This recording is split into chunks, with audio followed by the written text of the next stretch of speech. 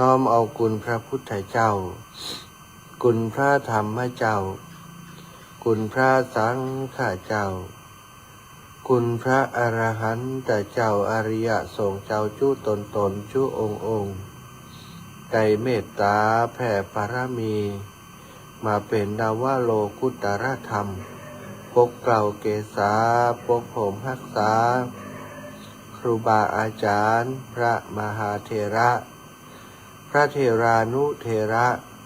เปื่อนสหธรรมิกสหพรหมจารีทุกรูปทุกองค์ปกผมรักษาศรัทธาสาธุชนคนดีเฒ่าแก่อีป่ออีแม่ทั้งหลายทุกท่านทุกคนที่ติดตามรับฟังรายการเสียงธรรมยามเช้าแสงธรรมเสียงอรุณเสียงธรรมแสงอรุณเจ้าวันนี้ตั้งสถานีวิทยุ ในเครือข่ายคลื่นสีขาวเพื่อชาวประชาซึ่งออกอากาศจากวัดปักตางเจริญเป็นสถานที่เป็นแม่ข่ายผ่านไปยังสถานีในเครือข่ายหลายสถานีในช่วงตอนเช้าตั้งแต่ตี 3เป็นต้นไปถึง 7-8 นาฬิการายการธรรมะจากครูบาอาจารย์หลายรูปหลายองค์ถึง 7-8 นาฬิกาเจ้าวันนี้ตี 3ถึงตี 5เจ้าวันนี้ตี 3ถึงตี 5ถ้าเกิดความขัดข้องอายังศรัทธาหรือว่าความขัดข้องครูบาอาจารย์หรือว่าเวลาในช่วงนี้อาจารย์ถ่ายทอดสดในกิจกรรมต่างๆถ่ายทอดสดกิจกรรมต่างๆของครอบครัวคลื่นสีขาวท่านอาจารย์พระครูอภิวัฒนวิกรมก็เมตตามอบเวลาช่วงนี้กับอาตมาได้มาทำหน้าที่ได้มาพบปะกับศรัทธาสาธุชนคนดีท่านเจ้าทั้งหลายก็ในช่วงนี้ศรัทธาก็เป็นช่วงที่อาตมาภาพได้ปฏิบัติศาสนกิจและปฏิบัติหน้าที่ในการช่วยเหลือโรงเรียนขนาดเล็กได้เดินธุดงค์ธรรมยาตราเพื่อการศึกษา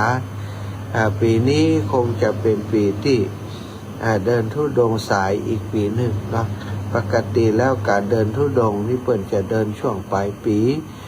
ออกพรรษาแล้วเนาะออกพรรษาลาพระเจ้าอย่างน้อยก็คือเดือนยี่เปงเรียบร้อยแล้ว พ้นฤดูกฐินแล้วเปิ่นจะเดินธุดงค์กันช่วงนั้นอากาศจะดีแต่ว่าอาตมาภาพและครูบาอาจารย์ขึ้นสีขาวก็มีงานในช่วงนั้นเยอะศรัทธาญาติโยมตั้งแต่เดือนพฤศจิกาธันวามกรากุมภาหอดมาถึงมีนานี่นะศรัทธาอาตมาก็มีงานหลายอย่างตั้งใจไว้ว่าถ้างานของครูบาอาจารย์เสร็จเมื่อใดก็จะเดินธุดงค์ก็ได้ประจวบเหมาะกับปีนี้นะท่านอาจารย์ได้แจ้งว่างานของการรดน้ำดำหัวใส่จะได้พักไปก่อนเนื่องจากว่าเป็นภาระกับศรัทธาญาติโยมนักเกินไปงานหลายอย่างหลายประการที่ผ่านมาก็ได้รับความร่วมมือจากศรัทธาญาติโยมและปีนี้เศรษฐกิจโดยรวมก็รู้สึกว่าจะลำบากอยู่ท่านอาจารย์ก็ว่าอย่างนั้นก็เลยว่าปีนี้น่าจะได้เดินธุดงค์ยาวน้อยศรัทธาญาติโยมปกตินี้ประมาณเดือนปลาย2 เดือนเนาะปีที่ผ่านมาก็เดือนปลายก็ยังหุบนะปีแรกเท่านั้นที่ได้2 เดือนปลายปีนี้ก็กะว่าถ้าบ่มีอะไรยังติดขัดข้องนักหนาที่จะต้องไปเตรียมงานให้ครูบาอาจารย์ถ้ามีงานเล็กๆน้อยๆวันเดียวอย่างนี้ก็บ่มีปัญหาอย่างเนาะเดินทางกลับไปช่วยงานครูบาอาจารย์แล้วก็ปิกมาเหมือนเดิมอย่างตะวันนี้อาตมาภาพได้เดินทางไปที่อำเภอวังเหนือวันก่อนวันศุกร์นะเดินทางไปตอนแรงไปถึงพุ่นไปนอนป่าจ้าตอนเช้าช่วยงานเพื่อนตอนบ่ายกลับมาที่สุสานที่ป่าจ้าบ้านแม่ต่ำที่นี่เพื่อจะเดินทางต่ออย่างเอียดนะอันนี้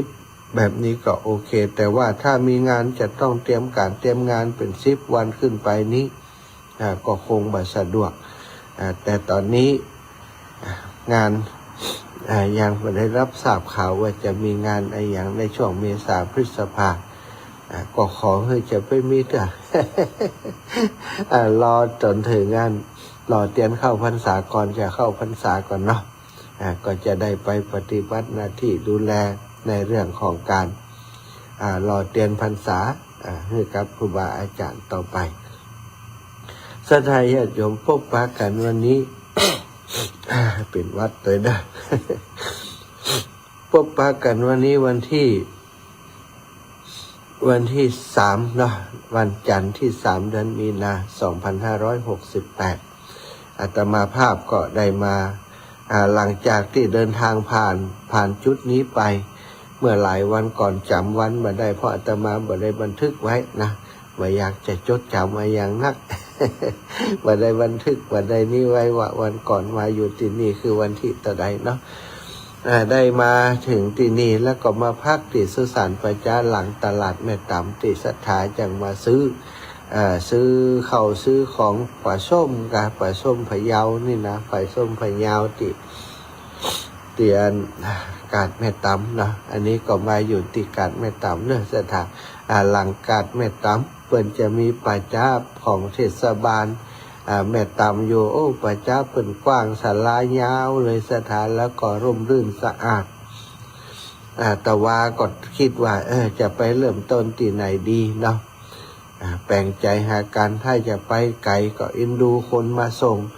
แต่ว่านี่ปหลวงกำนันอายุ70ปลาย70ปลายก็จะ80แล้วนะครับรถมาส่งมาจากเวียงป่าเป้าแต่ว่านี้หลังจากเสร็จภาระธุระที่วัดดอนแก้วแล้วได้ไปแสดงความไว้อาลัยต่อการเสียชีวิตจากไปโยมแม่ท่านหนึ่ง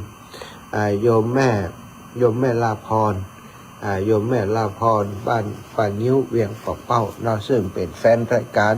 ติดตามรายการของอาตมามีงานมีกินมีตานอย่างเตี่ยอาตมาภาพและครูบาอาจารย์ทำแล้วก็มีการประกาศประชาสัมพันธ์ไปนั้นแม่ลาภรจะต้องมามีส่วนร่วมจะต้องมาร่วมด้วยช่วยกันเป็นทุนให้เสมอเลยศรัทธาญาติโยมอาตมาก็มาคิดว่าวันเมื่อแม่เปิ้นเสียชีวิตจากไปแล้วตัวเปิ้นไปอยู่แล้วเนาะจิตตดวงวิญญาณของเปิ้นคงจะรับรู้แล้วก็ลูกหลานของเปิ้นก็ยังอยู่หลายคนก็ทราบว่าโยมแม่นี่มีกินมีตานมีการมีงานที่ไหนไปช่วยตลอดตะวาก็เลยเสร็จแล้วจริงๆแล้วจะฮื้อถ้ามันบ่ต้องตีกลับไปที่เวียงป่าเป้าอาตมาก็จะฮื้อโยมเบิ่มประสงค์ที่สถานที่แห่งนี้แต่พอดีว่ามันจะต้องตีกลับไปเวียงป่าเป้าอยู่ก็เลยใจบริการปหลวงกำนันธัญพัฒน์ปาเขื่อนตะเฮยปอมาฮับแล้วอาตมาก็เดินทางไปตัวอีปอไปงานศพไปงานศพเรียบร้อยก็ปิกมาย้อนมาตังเดิมนะมาตางานวังเหนือสถานญาติโยมปอเปิ่นมาส่งถึงนี่ออกพุ่นมาสัก3 โมงเนาะ3 โมงปลายมาถึงที่นี่ก็4 โมงปลาย4 โมงปลาย5 โมงเนาะเกือบจะ5 โมงเมื่อส่งอาตมาเรียบร้อยโยมปอกำนันก็เดินทางกลับอาตมาจัดรายการอยู่19 นาฬิกาอีกปอว่าปอถึงแล้วปลอดภัยดีเนอร์อีนะอันนี้ก็ต้องขออนุโมทนาขอบคุณครับปอกำนันธัญพัฒน์ปาเขื่อนตะเป็นอย่างสูงนะศรัทธาญาติโยมปะกันแล้วเดี๋ยวจะไปติ๊กละเนาะตอนนี้ก็จะปาศรัทธาไว้พระเสร็จก่อนเดี๋ยวก็จะเรื่องอื่นเรื่องการเดินธุดงค์มาถึงที่นี่อย่างใดพ่องเนาะศรัทธากราบพระพร้อมกันเนกราบ1พุทโธเมนาโถกราบ2ธัมโมเมนาโถกราบ3สังโฆเมนาโถอิมินาสการเรนะพุทธังอภิปูชายามิอิมินาสการเรนะธัมมังอภิปูชายามิอิมินาสการเรนะสังฆังอภิปูชายามิ อะระหังสัมมาสัมพุทโธภะคะวาพุทธังภะคะวันตังอภิวาเทมิกราสวากขาโตภะคะวะตาธัมโม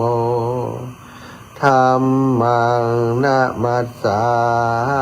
มิสุปฏิปันโนภะคะวะโตสาวกสังโฆสังฆ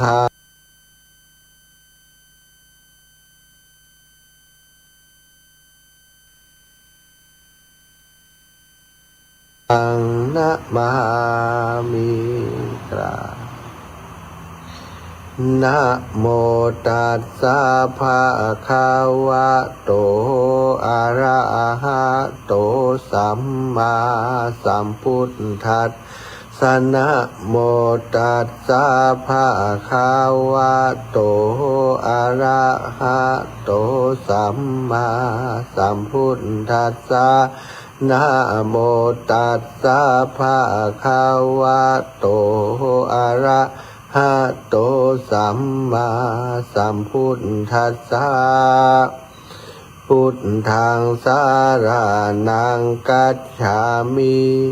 ธัมมังสารนังกัจฉามิสังฆังสารนังกัจฉามิตุติยัมปิพุทธังสารนังกัจฉามิตุติยัมปิธัมมังสาร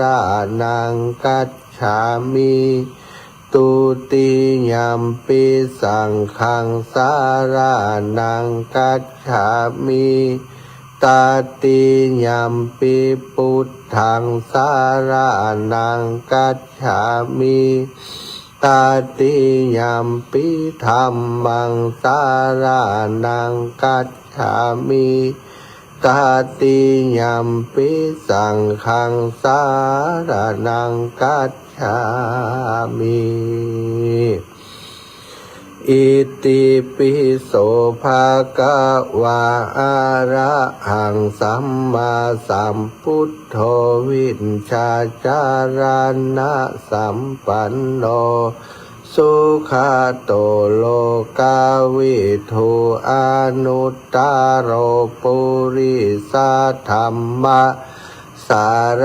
ทิสัทธาเทวมนุสสานังพุทโธภะคะวะติสวากขาโตภะคะวะตาธัมโมสันทิฏฐิโกอากาลิโกเอหิปัสสิโกปานาญิโกปัจจตังเวทิตาโพวิญโยหิติสุปฏิปันโนภะคะวะโตสาวกสังโฆอุชุปฏิปันโนภะคะวะโตสาวกสังโฆยายะปฏิปันโนภะคะวะโตสาวกสังโฆสามิจิปฏิปันโนภะคะวะโตสาวกสังโฆยะทิทังจัตตาริปุริสายุคานิอัฏฐปุริสาปุคลาเอสาภะคะวะโตสาวกสังโฆอะหุนายโยปะหุนายโยทักขินายโยอัญจลิกะระนิโยอนุตตรังปุญญเขตังโลกัสสาติกับพระพร้อมกันเนอเสตากราบหนึ่งพุทธังวารันตังสีรสานะมะมีกราบสองธรรมังวารันตังสีรสานะมะมีก ราบสามสังฆังวารันตังสิรสานะมามีเรียบร้อยไหว้พระสวดมนต์เรียบร้อยบางพ่องก็ยังนอนอุตุอยู่เนาะไหว้พระในใจก็ได้เนื้อศรัทธาว่าไปตัวก็ได้บุญแล้วนะขอบคุณศรัทธาญาติโยมท่านสาธุชนคนดีทุกคนทุกท่านติดตามรับฟังรายการสารธรรมยามเจ้าเสียงธรรมแสงอรุณยามเจ้าวันนี้จากต่างสถานีวิทยุในเครือข่ายคลื่นสีขาวพี่น้องจากต่างเชียงใหม่นะเชียงใหม่หลายอำเภอในช่วงของอำเภอเมืองอำเภอแม่ริมอำเภอสันทรายอำเภอสันกำแพงอันเจอดอยสะเก็ด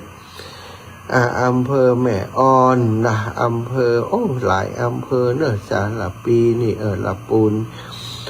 พี่น้องต่างสารปีพี่น้องต่างหางดงดอกหลายติหลายแห่ง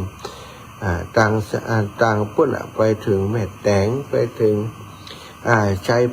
เชียงดาวชัยประการไปถึงผาฝางแม่อายท่าตอนพี่น้องจากสะเมิงเนาะอินแม่สับสะเมิงก็ฟังอยู่เน้อนะแม่สีทอนเปรมจิตนะอยู่ที่สันปะตองสาวชัยประการมาอยู่สันปะตองแล้วยังบ่ได้ไปเอี่ยวบ้านใหม่ยมแม่กำเตือเปิ้นย้ายมาอยู่สันปะตองบ้านเก่าบ้านเดิมเปิ้นสันปะตองเวียงตากการเนอะแม่ยาจันเรือนไซพี่น้องจากตังบ้านห้องหลับปูนป่าซางเมืองลี้เมืองลี้เมืองเถินเมืองหลับปางของเราเมืองลำปางหลายอำเภอก็ได้รับฟังพร้อมกันอยู่ในขณะนี้แล้วก็พี่น้องตังไผ่เยาเนาะวิทยุชุมชนคนฮักไผ่เยาไผ่เยาพานอำเภอพานจังหวัดเชียงรายก็ฟังอยู่พี่น้องจังเมืองแปดพี่น้องตังเมืองน่านนี่ก็หลายอำเภอแต่คืนหลวงป่อบุญมาโทรมาถึงในแล้วนะถึงแม่ตำอยู่ หลวงพ่อวันนั้นก็แม่ตำวันนี้ก็แม่ตำนะปิกมาย้อนที่เก่าจะเดินทางเข้าไปดอกคำใต้แล้วก็จะไปเชียงคำแล้วก็ไปน่านยังมาถึงน่านคำแต่เนอะหลวงพ่อบุญมาได้ไปกราบหลวงพ่อได้ไปพบปะกันแน่นอนนะอดีตปวดนานบุญมาเป็นหลวงพ่อเหมือนกันนะก็หลวงพ่อบุญมานี่ใจดีงาม ยังให้หอมมีการมีงานมีกินมีตานก็ให้หอมอยู่เสมอฝากอาตมาเนี่ยนะหลวงพ่อเปิดอยากจะพบปะนะกับหลวงพ่อมากแล้วก็พี่น้องตั้งเมืองน่านนะแม่สำลิดบรรณาเหลียงนี่เมืองน่านเนี่ยมีผู้หญิง1 คนที่โทรมา แล้วก็ปวดนั้นประเสริฐเนาะปวดนั้นอันนั้นปวดน้อยสมเพชรปวดนั้นประเสริฐนี่อาตมาเคยไปหาสถาหมู่เนี้ยสถาที่เปิ่นโทรมาบ่อยๆไข้หันเปิ่น อย่างเปิ่นไข้หันอาตมาได้ไข้หันเปิ่นไข้หันบ้านไข้หันจองเปิ่นเหมือนกันเนาะช่วงที่เดินมาตังพะเยานี่ก็ได้มาพบปะกับสถาญาติโยมหลายที่พะเยาก็ดีพานก็ดีแม่ใจก็ดีนี่นะสถาพะเยานี่ก็ได้พบปะกับโยมแม่แม่ครูพวงทองนะแม่ครูพวงทองก็ได้ปะกันนะแม่ครูพวงทองแล้วก็วันก่อนนะก็เจอกันโดยบังเอิญกับครอบครัวของโยมแม่สีทอนนะอยู่หลังกาดอยู่หลังกาดพะเยาเนี่ยอีหลอตัดใดหันว่าเปิ่นไปธุระที่ไหนสักแห่งหนึ่งมาปะอาตมาก่อนจะถึงพะเยาเนาะก่อนจะถึงพะเยาตอนนั้นเดินทางมาจากเงาเนาะก่อนจะถึงตัวเมืองพะเยาปะเปิ่นหันอาตมาแบกธงมาลูกสาวเปิ่นก็ว่าท่านอาจารย์ท่านแม่เนาะเปิ่นก็ลงไปหาตึงครอบครัวของเปิ่นตึงโยมป่อโยมแม่ได้ถวายปัจจัยกับอาตมาร่วมโครงการอยู่อีแม่ฟังตึงวันแต่อีแม่ไม่ได้โทมได้นะอาจารย์อีละประเดี๋ยวนี้ได้ ได้เบอร์โทรของลูกบ่าวอีเมลแล้วนะลูกบ่าวอีเมลก็คือเบอร์โทรไว้วันนั้นได้ถ่ายรูปด้วยกันนะเปิ่นก็ได้ส่งรูปเพื่อกำแต่หอมลืมไปแล้วเนาะทวงให้หน่อยเนอะแม่สีทอนเตียนพะเยานี่นะที่ถ่ายรูปวันนั้นเนี่ยส่งมาให้จิบลูกสาวเปิ่นได้ส่งมาแต่ลูกหลานลูกสะใภ้เนาะลูกสะใภ้ของเปิ่นศรัทธาญาติโยมป่าจากพะเยาวันนั้นก็ได้ขึ้นไปทางพะเยาแล้วก็อำเภอเมืองพะเยานี่เนาะห้วยบงนะวันนั้นก็ปะแม่ครูด้วยแม่ครูปอครูโอภาสแล้วก็แม่ครูสุนิตาซึ่งโยมป่อโยมแม่นี่ก็ติดตามข่าวการเดินธุดงค์ตลอดวันก่อนเปิ่นหลานเปิ่นบ่สบายวันจันทร์ก็หุเนาะวันจันทร์เปิ่นต้องไปรับหลานที่โรงพยาบาลก็เลยบ่ได้มาหาอาตมาที่เนี้ยที่สุสานป่าตามนี่มาแล้วนะแล้วก็เปิ่นเก่งใจว่าอยู่ในหันไฟอยู่ตั้งในพุ่นอีนะก็บ่กล้าเข้ามากว่าว่าท่านอาจารย์ปฏิบัติธรรมอยู่เลยรอพบตอนเจ้าอาตมาเดินธุดงค์ไปผ่านพะเยาผ่านที่โรงพยาบาลพะเยาล้ามโยมแม่เปิ้นก็หันแบกธงโอ้ดีใจว่ะ วายรถกลับมาตยหาแล้วก็มาถวายจังหันเจ้าที่ร้านจำมาได้นะ ที่ร้านจำมาได้ที่หนึ่งก็ได้ฉันเจ้าที่หันแล้วก็เดินทางต่อไปก็ไปแหมน้อยก็ได้ไปเจอกับจากขั้นไปจากแหมช่วงหนึ่งแล้วแหมช่วงหนึ่งก็ไปเจอกับโยมแม่ครูพวงทองนะที่อุถึงแล้วก็เลยไปปู๊ดอาตมาไปพักอยู่ป่าจ้าบ้านนั้นห้วยบงเนาะสถานบ้านห้วยบงก็ไปเจอกับคณะชุดใหญ่เนี่ยของปอเนตเขาปอเนตธรรมขันธ์บ้านห้วยบงพร้อมกับญาติมิตรญาติธรรมทั้งหลายปอครูโอภาสกับแม่ครูสุนิตาก็ไปหาที่สุสานป่าจ้าบ้านห้วยบงนะโอ้สุสานเพิ่นก็ร่มรื่นมีต้นไม้ชอบใจศรัทธามีต้นไม้มีทุ่งนาอยู่ข้างๆนะเป็นสุสานเป็นป่าจ้าที่ร่มรื่นน่าปฏิบัติธรรมกลางคืนสงบเงียบสงบดีมากตอนเจ้าก็ไปกราบครูบาอาจารย์วัดห้วยบงเนาะบิณฑบาตไปฉันภัตตาหารที่บ้านปอเนตนิมนต์ไปแหมเอาของไปเคลียร์เอาของไปแยกแล้วก็หลวดฉันที่หั่นแล้วก็มากราบหลวงปู่เจ้าอาวาสเสร็จแล้วไปบ้านปากขวาวนะปากขวาวก็ไปเจอแม่บุญประเสริฐนะแม่บุญประเสริฐที่บ้านปากขวาวน้องอรุณนะที่ปากขวาวก็ได้ไปแม่บุญประเสริฐเพิ่นเคยหันนะแล้วก็มาได้หันกันละแล้วก็โยมป่อเพิ่นมีสามีอยู่โยมแม่วันนั้นโยมป่อไปโรงพยาบาลพอดีเลยมันได้หันโยมป่อเนาะก็ขอบคุณโยมแม่แล้วก็น้องอรุณเนาะน้องอรุณนี่ก็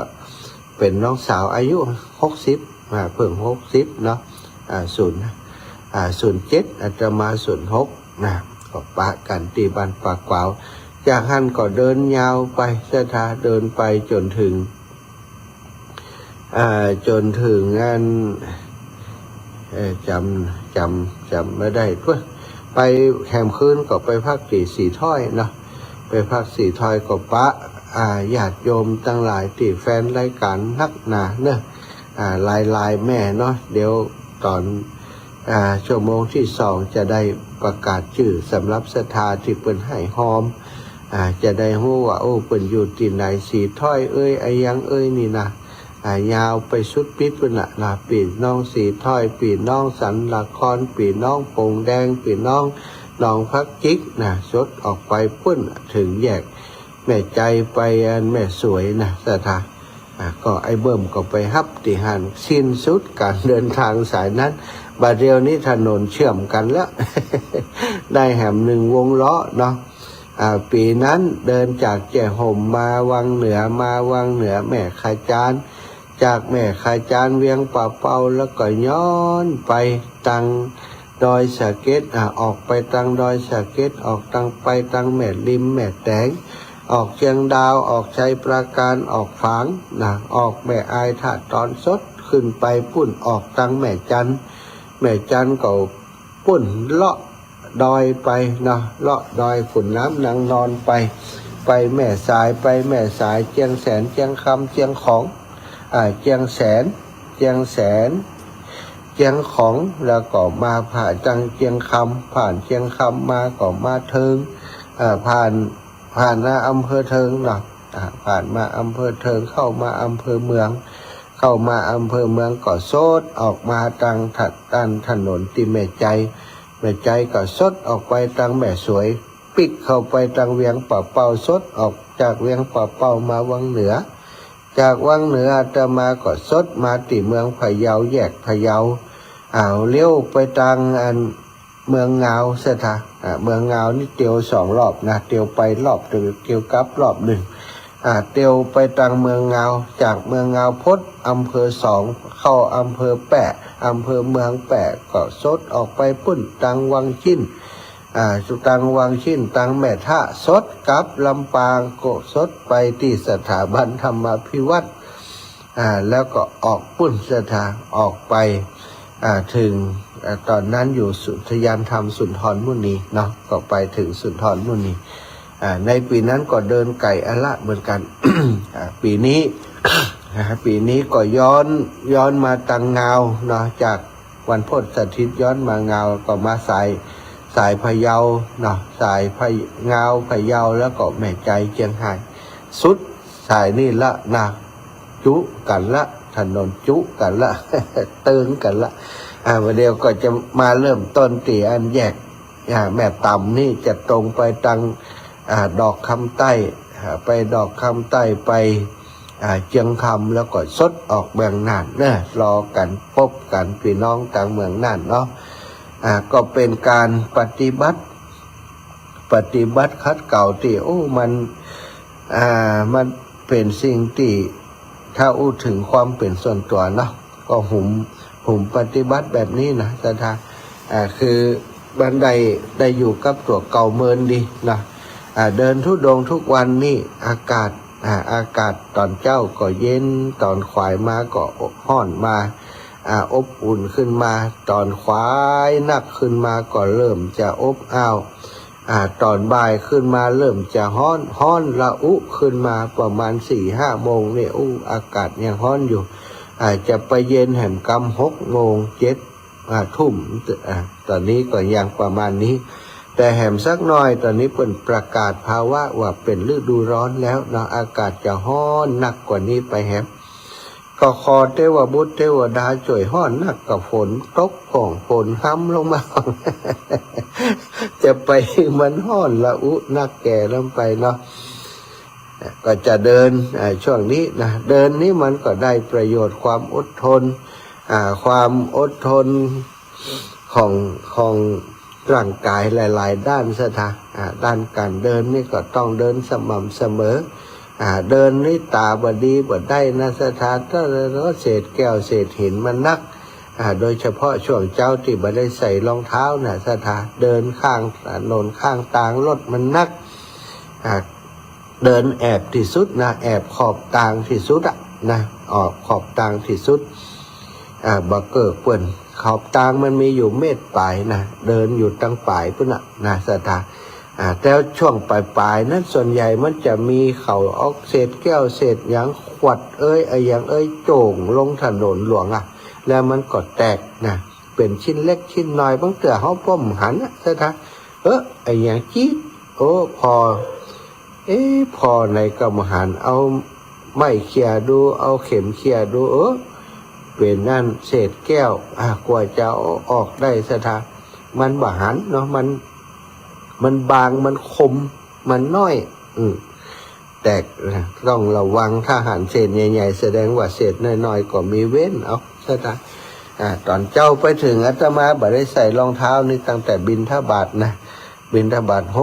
6 โมงโดยทั่วไปออก6 โมงพุ่นไปถึงประมาณ10 โมงปลายถึงจะใส่รองเท้าเพราะว่าช่วงนั้นนี่อากาศเย็นสบายนวดเท้าไปโดยแต่ว่าต้องระวังเศษแก้วเศษหินเศษแก้วเศษกระจกต่างๆเนี่ยสถานที่มันตกตามข้างทางเนี่ยเนาะตลอดถึงแม้กระทั่งลวดที่เส้นใยเล็กอีกอะเส้นใยเล็กที่มันติดรถอันใหญ่รถใหญ่ถ้ามันระเบิดมาเส้นใยมันจะแตกสถานอันนั้นก็คมนะเป็นลวดน้อยๆเนี่ยปักตั้งแต่ป้อมหันนะป้อมหันแล้วก็หันจะได้ทางในมันสีดำเป็นอะไรอย่างแค่ไปแค่มาเป็นลวด โคตรละงองอยู่ในตีนพุ่นอันนี้ก็ต้องระวังเนาะระมัดระวังต้องมีสติการเดินก็มีสติทุกด้านสถานแล้วก็บาไหลที่เขาสัมภาระเนาะก่อนนักก็สมควรก็ต้องอดทนกับสิ่งที่ตัวเองเป็นภาระถ้านึกถึงเวลามันนักขึ้นมาก่อนนึกว่าขันธ์ห้าเป็นของหนักเน้อนะ ขันธ์ห้าเป็นของหนักเน้อเหมือนกับว่าภาระที่วางบนบ่าของเฮาเป็นของหนักเน้อขันธ์ห้าก่อนนักกว่านั้นสตาลูกเวทนาสัญญาสังขารวิญญาณขันธ์ทั้งห้าเนี่ยเป็นของนักเกิดขึ้นตั้งอยู่ดับไปเข้าไปยึดถือบ่ได้ก่อนนักสำหรับจิตใจเฮามานั้นปล่อยวางได้บ่ได้ก็เบานะเวลาวางสัมภาระลงก็นึกถึงเรื่องนี้นะสตาทุกวันละหลายครั้งขันธ์ห้าเป็นของนักเน้อลูกเวทนาสัญญาสังขารวิญญาณเป็นของนักเน้อลูกเวทนาสัญญาสังขารวิญญาณเป็นของนักเน้อนะคิดวางไปเวลาเดินก็เดินเหมือนกับเดินจงกรมเนี่ยสถานแต่มันเร็วกว่าจงกรมตรงที่ว่าซับเท้าไปเรื่อยๆซ้ายอย่างนอขวาอย่างนอนี่มันตันนะมีกับพุทโธไปบางเตื่อห้อนก็กลายเป็นเย็นไปก็แปลกนะสถานมันใจมันบ่ได้อยู่กับอากาศกายใจมันบ่อยู่กับแดดนะสถานแดดนักก็จำเป็นต้องใส่แว่นกันแดดก่อนบ่อันนี้มันตาของเฮาที่มันแสงมันสะท้อนมาจากถนนเนาะมันเข้าตานี้น้ำตาก็ไหลตลอดเพราะว่าอาตมาเป็นนั่นต่อเนื้อนะโดนลมโดนแดดนี่มันน้ำตาไหลก็จำเป็นต้องใส่แว่นมันก็ใส่แว่นนี่ก็ดีไปอย่างมันจุตัวเก่าดีนะเหมือนกับว่าอากาศมันบดความจริงมันบดมันห้อนเย็นนั่นนะเนาะก็เดินไปพุทโธไปนะพุทโธใจมันคิดไปบางแต่มันก็คิดไปทางหนอพุทโธหายไปเห็นละก็คิดอย่างบางโหปุญหันอย่างก็คิดไปเลยนะดึงมาแหมก็พุทโธไปแหมอย่างอีสถานทุกวันมันก็เหมือนกับว่ามันก็นิ่งไปเรื่อยๆนะแหลกๆนี่มันต้องคิดสภาพไปหุ่นไปนี่ไปปุ่นจักมามันก็ปิกไปอยู่กำเดียวก็ปิกไปคิดเรื่องนู่นเรื่องนี้ตอนนี้ก็เรื่องคิดก็มีน้อยลงก็จิตใจก็อยู่กับลมหายใจนักขึ้นอยู่เลิกกับการเคลื่อนไหวของร่างกายนักขึ้นพุทโธไปนะชาก้าวไปก็พุทโธว่าไปเดินทางไปเจอเหตุการณ์อะไรอย่างต่างๆก็ได้หันสิ่งที่ตั้งเกิดขึ้นตั้งอยู่ดับไปหลายอย่างเนาะโดยเฉพาะเรื่องราวของเศรษฐกิจนะทำให้ได้หู้ทุกครั้งที่เดินหันเศรษฐกิจที่ข้างถนนเนี่ยบางบางแห่งสร้างอาคารเป็นตึกแถวยาว3-4-5 คูหาซะนะแต่ว่าบ่มีคนอยู่มีกระนกพิราบนกกอแกเต็มไปหมดประกาศขายสุดต่างประกาศขายตีเป็นร้อยไร่ก็มีประกาศขายบ้านขายจองบ้านหลังจัดเหมาะจัดงามนะอดีตเดิมก็คงจะอยู่กันอย่างมีความสุขพ่อแม่ลูกแต่ว่าระยะหลังต่อมาอาจจะบ่อยู่กันแล้วพ่อแม่ก็เสียชีวิตไปลูกเต้าก็อาจจะบ่อยู่หรือว่าบางครั้งบางทีติดแปลงบ้านไว้กู้เงินธนาคารมาช่วงเศรษฐกิจบ่ดีบ่มีตังส่งนักเข้าเทวดา ให้อันธนาคารเพิ่นก็มาเอาคืนเนี่ยสถานเอาคืนก็ไปประกาศขายเป็นของธนาคารไปหลายตีก็เจออย่างเงี้ยนะได้หันสิ่งที่เดินนี่ได้หลายอย่างแต่สถานได้หันต่งหันนะอย่างเมืองพานนี่มาหันนั่นน้ำท่าเปิ่นต่งนาเปิ่นนิสถานาเข้างามขนาดเนอะเข้างามแล้วก็น้ำเต็มต่งเต็มนาน่ะสถาเปิ่นอย่างมาอุดมสมบูรณ์เมืองพานนี่ถือว่าเป็นเมืองที่อุดมสมบูรณ์เมืองหนึ่งของจังหวัดเชียงรายของเราสถาแม่น้ำแม่ลาวมาถึงเมืองพานพี่เนาะสถาพอเปิ่นทำนาสุดลูกหูลูกตาเนอะทำนาสุดลูกหูลูกตาทางบ้านสันละครนี่ได้มีโอกาสไปกะยมเปาะคนหนึ่งเปิ่นสมัยบุกเบิกยุคบุกเบิกทำกระเปาะกับแม่เปิ่นมาเปิ่นก็ได้ตีนาตีบุกเบิกมาพอสมควรพอมาถึงยุคของเปิ่นอาตมาถามว่าคือพอแล้วเป็นคนที่ธรรมดาเนี่ยมันน่าจะเป็นปอเลี้ยงเอียงคำอย่างหรอกมาหนังกับอาตมาฮะนี่ยังจำชื่อเปิ่นได้ปล่อยอย่างมู้นี่ปล่อยอย่างมู้ได้จำชื่อเปิ่นหนังกันอาตมาจัดรายการแล้วก็ได้กับเปิ่นอีป่อมีน้าหลายก็เนี่ยน้าก็เนี่ยน้านะกับอาจารย์น้าหลายกันทีค่ะแต่มีน้านะก็70 กว่าไร่นะ70-80 ไร่ไปทำมันได้เนาะแล้วเปิ่นก็บอกตั้งหน้านี่ก็ของผมเนี่ยอาจารย์นี่ผมกำลังซื้อใหม่อันนี้4-5 ล้านเก่าอีหรอฮะ4-5 ล้านปอดโถปอดซื้อยังไงเนี่ยปอดซื้อแล้วเอาเข้าธกส.แล้วก็ผ่อนกับธกส.ว่ะมุดไปหลายทีแล้วอาจารย์ว่ะก่อยซื้อก่อยทำไปทำแล้วก็ส่งเปิ่นทำอันนี้ก็ยังแหม2 ปีก็มุดละบัดเดียวนี้เขามาถามซื้อฮื้อกำให้เป็นหลายทั้งอยู่หลายล้านอยู่อีหรอกแต่ผมบักขายเก็บไปให้หลุมให้หลานยิ่งอยู่ไปเมื่อนานตั้งนานยิ่งแปลงว่ะอายุตั้งเดียว70 ปลายเพื่อจะ80ละสตาโอ้โหยังแข็งแรงอยู่ยังแล้วสิ่งที่ได้จากกันว่าอีปล่อยเนี่ยจะได้ถึงได้อย่างนี้ผมเป็นคนบ่ยุ่งกับไผ่นะอาจารย์ว่ะผมบ่กินเหล้าผมบ่ชอบแอวบ่หุ่มแอวคิดแต่ทำการทำงานเก็บเงินคิดแต่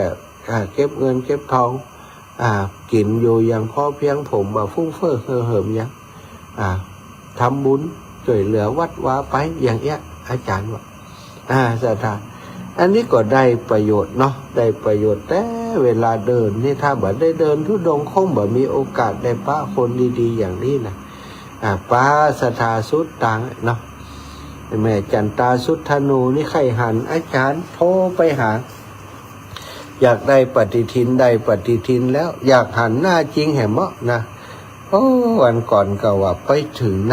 น้าปากซอยเข้าบ้านเปิ่นหนองพักจิก2.5 กิโลบักไก่นี่เนาะเข้าไปหาสถานดีใจปะโตอีแม่อายุ94 ปีนะภรรยาอายุ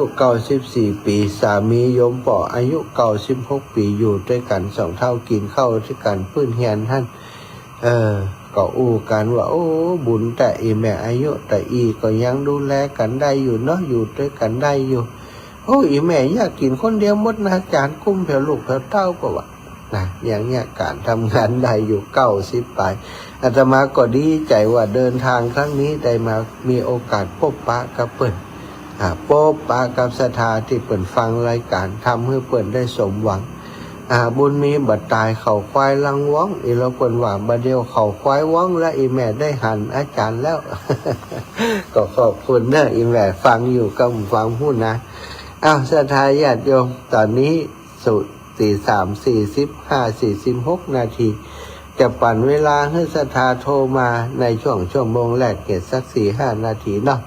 0808844173เนอะ0808844173โทรมาได้เลย0808844173ศรัทธาญาติโยมภัยอยู่ที่ในทั้งใดพี่น้องต่างเมืองน่านไผ่รอคอยกันพ่องอยากพบปะกันพ่องบอกกันจิมเนอร์ถวายความเคารพครับตุลุง ดูนะอาจารย์นะครับผมตุลงครับ ร่างกายจะไม่ค่อยไหวเนี่ยไข้เลย ฮะก็ไม่ไข้ ไม่ไข้ครับ ไม่ไข้ครับอาจารย์แต่ว่าเป็นหวัดเพราะตื่นเช้าครับ ลำบากคอนะครับ ผม ไม่ค่อยไปสู้ไปหมด ครับ ลม ผม หมดหน้าที่เนาะ ใช่หมดลมก็หมดหน้าที่นะหน้าที่มีแค่มีลมเนาะหมดลมก็หมดหน้าที่อย่างที่หลวงตาบอกแล้ว บรรยากาศครับ ครับผมหลวงตา ขอบคุณหลวงตาก็เป็นกำลังใจให้ตลอดพุทธอุทยานเชียงใหม่อยู่อำเภอเชียงดาวพุทธสถานอยู่ในป่าในเขาในดอยหลวงตานะหุ่มฟังธรรมเจริญป้อนนี่หลับอยู่นี่นอนอยู่นี่หันอยู่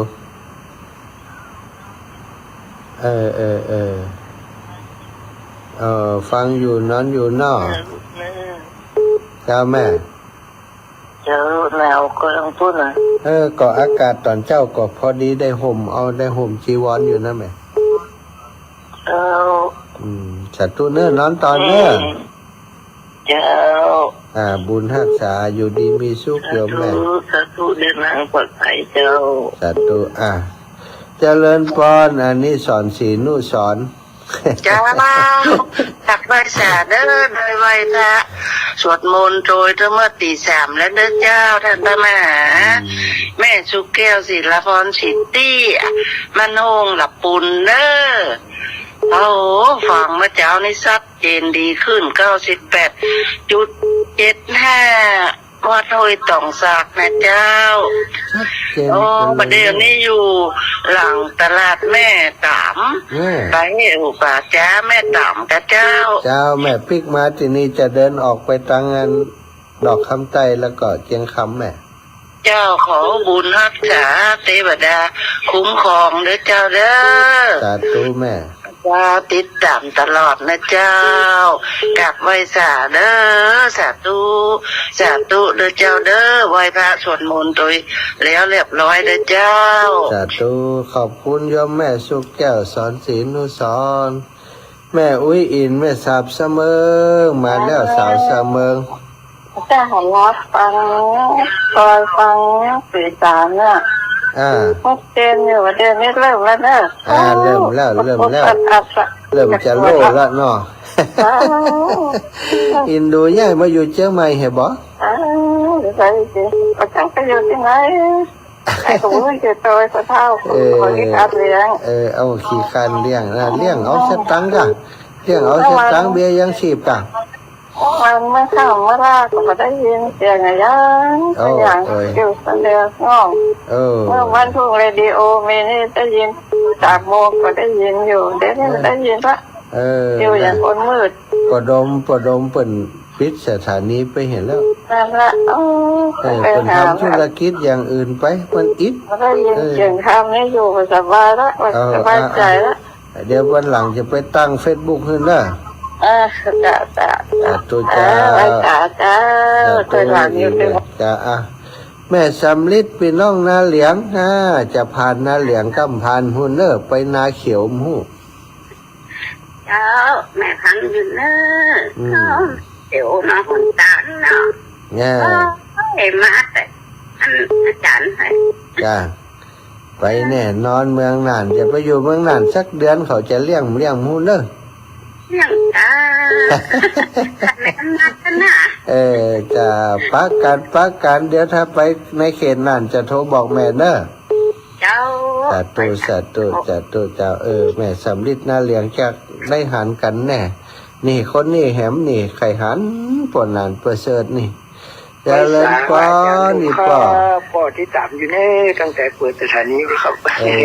ศรัทธาก็ไข่หันปวดนานเปิดเสิร์ตทายหูบมาฮือจิมอีลูกครับ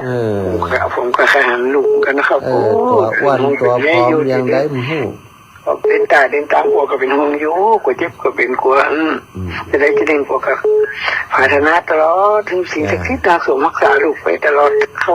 จะเด่นชุดลงเดินนั้นธรรมยตาเขาไปเอาบุญเอากุศลหวานเนาะครับถ้ามดบุญอยู่ที่ไหนก็ตึงมด ครับเขาก็ได้เป็นคนน้ำกินน้ำตาลน้ำวุ้นอยู่แล้วครับน้องใจเย็นเรื่องสังขิตนะเราเข้าไป อะไรจะเกิดก็ต้องเกิดไม่ต้องกลัวมันเนาะปอเนาะ ครับอันคนทำฟังคำในศีลในธรรมอยู่กับพ่อเขาก็อยู่เย็นเป็นสุขอายุวันยืนยาวลูกเฮ้ย สาธุปอสาธุเนอไว้ปากันพุ่นเนาะปอเนาะ เรากำลังใจลูกนะครับเนอะขอลูกได้อยู่ดีมีสุขเดินทางเขียวขาดปลอดภัยผูกค่ะขอเดินเอาพระพุทธพระธรรมพระสังฆจะดูดาสมสารลูกไปตลอดสายถึงลูกได้ถึงแดนไหนก็ขอให้ลูกได้เขียวขาดปลอดภัยทุกอย่างทุกปีนะครับครั สา บ ธุสา รั ธุ กษาปลอดดีๆนะลูกครับเป็นน้องอยู่ตลอดครับ ปวดนั้นประเสริฐนาน้อยทุศรัทธาก็ไข่หันปวดนั้นประ ค เสริ รั ฐ บอย่างน้อยอยู่วันนาแดงนะครับนี่วัดนาแดงถูกวิสัยครับมีน้องคนเดียวก็ครับเป็นครับแล้วครูอยู่ตำบลเสถะนี่ครับ สาธุเดี๋ยวป้าการป้อสาธุแม่นวลยอดคำปัน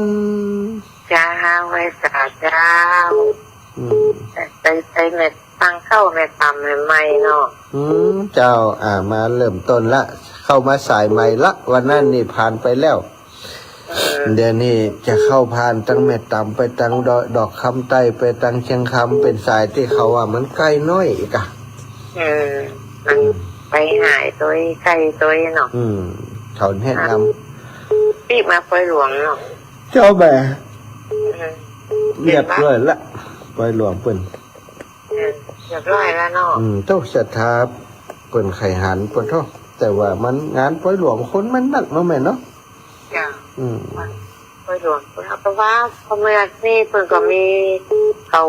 พระอ่านพระราชทานเพลิงศพของคุณลุงเทพเจ้าประเมศสันซ้ายนะจ้ะประเมศโดยเก็บให้ค่ะประเมศโดยสเก็ตวันนี้ประเมศสันซ้ายประเมศโดยสเก็ตเนาะจะในกะโหลกมันก็มาแล้วป้ากันตีอันขณะแกบอกอยู่แม่จะไปตัวตู้เจ้าแล้วเปิดแม่ไม่ได้ไปสักคำสำหรับไปได้หับตู้เจ้าไปตัวมันมีจีนังแล้วเนาะเลยว่าห้ามสู้ไปเตอเนาะแม่ไปละเค่ะตั้งใจด้วยจะดีลูกเก็บเจ้าเป็นเนี้ยเอาของกีบไปส่งเพื่อนบอกว่าลืมไปจะได้เอาหับตู้เจ้าไปตัวหรอเจ้าสาธุแม่เนอบุญรักษาเจ้าเป็นกำลังใจเดินทางรอดปลอดภัยนะสาธุป่อบุญตันอีป่อมาแล้วไม่ใช่แล้วนะบุ้งจ่าป่อเมืองน่านด้วยกันบ่น่ะไม่ได้ฟังกันมันกันได้วันได้ทักได้ชายกันมาเมื่อแล้วท่านเลยนั่นแน่ฟังของเขาช่วงนี้กับพูดมาได้น่ากะดีแล้ววันนี้นี่โชคดีแท้ๆมาฟังถึงกันจ่าป่อแต่ก็จึงเดินอยู่ตลอดเนาะใช่จะไปปอบไปเมืองน่านเนาะภาคเหนือของเขาก่อนเดี๋ยวจะไล่ทุกจังหวัดไปเมืองน่านนี่จะไปทุกอำเภอสาธุนะป่อเนอครับกำลังใจท่านเนอบุญรักษาขออีป่ออยู่ดีมีสุขไม่สาธุป่อบุญตันเจดีย์3 ยอดนี่อยู่ลำพูนสถานเมื่อนานละไอ้ป่อเจริญพรสาวอันกาดโป่งกันนี่มากันตั้งแต่ปูนุ่มมากันกาดโป่งไปมันเพื่อนล้อมม่วงสุกเพื่อนจะไปแหมตึ้มมาเลยกาดโป่งเนาะไปก็ได้ลูกเปิ่นนักทุลูกเปิ่นเล่นหนาอย่างนั้นเขาตั้งปิดตั้งปลายตั้งปลายอันนี้เป็นลูกเต้าแม่ทำหมอนลูกทำไปของลูกเก้าไปว่าเท่าแหละเขากะลูกเท่าทำไมโอ้ยแปลว่าเท่าเป็นละมากกว่าทีไรแปลว่าเท่าแหละมูนั่นเรียนอยู่ไหนอยู่การแม่ตำไม่ยากอยู่หลังการแม่ตำนี่เป็นนั่นปลาจ้าหลังการนี่แม่สาธุเป็นกำลังใจให้เบอร์สาธุแม่เจ้าเดินทางปลอดภัย จ้าบุญรักษาอีแม่เจะเลินพรอ้าวสาวน้อยจาก ไว้ค่ะเจ้าเจ้าเดินทางปลอดภัยดีนะลูกนะเดินทางปลอดภัยขอบคุณที่ห่วงใยห่วงแม่ตู้ห่วงดีแล้วดีแล้วรักษาสุขภาพด้วยเนอะเขาความดันบัดคันก็เป็นอย่างแต่เขาหังดูตลอดอ่ะเจ้าดีแล้วฟังกันไปถึงมาคืนถึงมาวันเจ้าสาธุแม่นะเจ้าแม่ตู้เป็นห่วงลูกขนาดแล้วสาธุดีแล้วเอาเจริญพรสายแฟนพันธุ์แท้นะสาเจ้าโยมแม่เวียงตากการฟังได้เมื่อป่าอันตีสามมาแล้วอันเดียวนี่ขาดกล้วยเนอะต้องปรุงมาไปเลิกข้ามไปเลิกมาส่งกล้วยมาจิ้มแรงมันจะกล้วยแม่นะกะ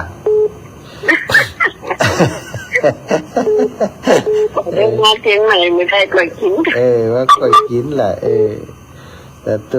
ตุปีนี้ทำเมียนดำหัวครูบาอาจารย์เนาะแม่เนาะก็แน่นอนได้ยินว่างดอีกอะงดแห่เขาไปจัดตอนพุ่นก็ได้แล้วก่อนรวดเนี่ยตอนพุ่นตอนเดียนก่อนจะเข้าวาสาตะนั้นหลอดเตียนเนี่ยเนาะแม่เนาะหลอดดำหัวด้วยมันหลายงานแล้วอินดูสถาอย่างอาจารย์ว่าสุดปีงานมันถี่แล้วไปใจมันสุดปีอิดแกว่างเพียพ่องเนี่ยช่องว่างนี้จะเอวสัก3 เดือนนะยานเด้อเดินทางมันทั่วประเทศไทยไปเลยนะนั่นแหละไปติ๊กม่วนไปติ๊กตอนนี้ช่วยใจอำเภอไหนถึงได้ไปหันมุงใช่อันไปปาสถาแฟนรายการก็ดีใจได้ไหมเป็นแฟนกันกูตางเลยเนาะใช่เปิดฟังกันแล้วคนนั่นก็อีแม่มได้โทรคนนี้อีแม่มได้โทรป้ากันกลางตางเปิดยังหัวอันนี้อาจารย์สมชาติเปิดแบกทงมันมีผ้าตุดงกี่คน2 คนเปิดใจแบกอันนี้เขาแบกทงคนเดียวเปิดเลยหูเลยอินดูอย่างเดียวอินดูย่ำใส่เศษแก้วเศษเล็กมันถึงมีลบจะได้ก็ได้มันแต่มันหันมันนะแม่ก็ใส่ยันเนี้ยค่ะใส่รองเท้าใส่เจอไม่ขาดตอนนั้นวินทบาทตอนเจ้าครับตอนเจ้านี่ใครหนวดตีนไปไหนก้อนมันตีนมันจำด้านนี่ไหมอดเนาะลำงานนะย่ำใส่เศษแก้วเนี่ยน้อยเดียวจ้าสาธุแม่นะขอบคุณแม่นักขับสายแหมสายพี่น้องถาดตุ้มแม่จันหอมไว้จ้าฟังเนอฟังอยู่กาแม่จันหอมมีมาฟังตลอดเมื่อใดจะมาตั้งละปูนประสางบ้างไปกะวันผูกวันผูกคืนนะวันผูกคืนนะ2 ทุ่มนะจะ2 ทุ่มถึง4 ทุ่มนะเสียงก็ม้วนฟังตลอดทุกวันน่ะดีใจจังแบบออกเนาะแต่คืนนี้ท่านอาจารย์พระอาจารย์สังวรออกอาจารย์สังวรออกจ้ะมืดนี่ก็ไปศาลนี่ลุงเนอถ้ามาตรงนี้ขอเอื้อนทงเนอจะโอนกะจะโทรหายแม่เนอแม่บ้านแม่ก็ได้หรอได้กะจะไปหาเลยอันนี้นะแม่จันหอมมีมาเนาะเอาสาธุนะแม่เนอศรัทธาท้ายช่วงโมงแล้วช่วงนี้ขอพักเบรกกำเนิดฟังโทรมาเดี๋ยวเขาก่อยโทรปะกันได้ช่วงท้ายของช่วงโมงหลังเนาะตอนนี้ฟังเพลงเห็นสักเพลงความดี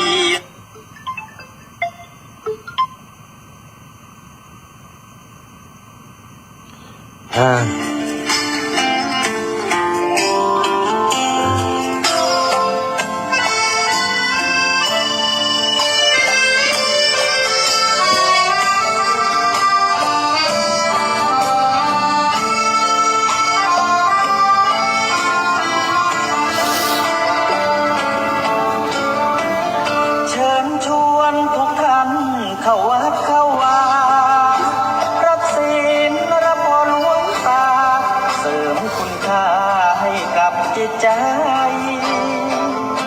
กระทำความดี เรื่องนี้ไม่ต้องอายใครว่างจากการงานเมื่อใดเชิญชวนท่านไปทำบุญกระทำความดี เรื่องนี้ไม่ต้องอายใครฝากเพลงเชิญชวนหญิงชายอย่าอายเรื่องการทำบุญ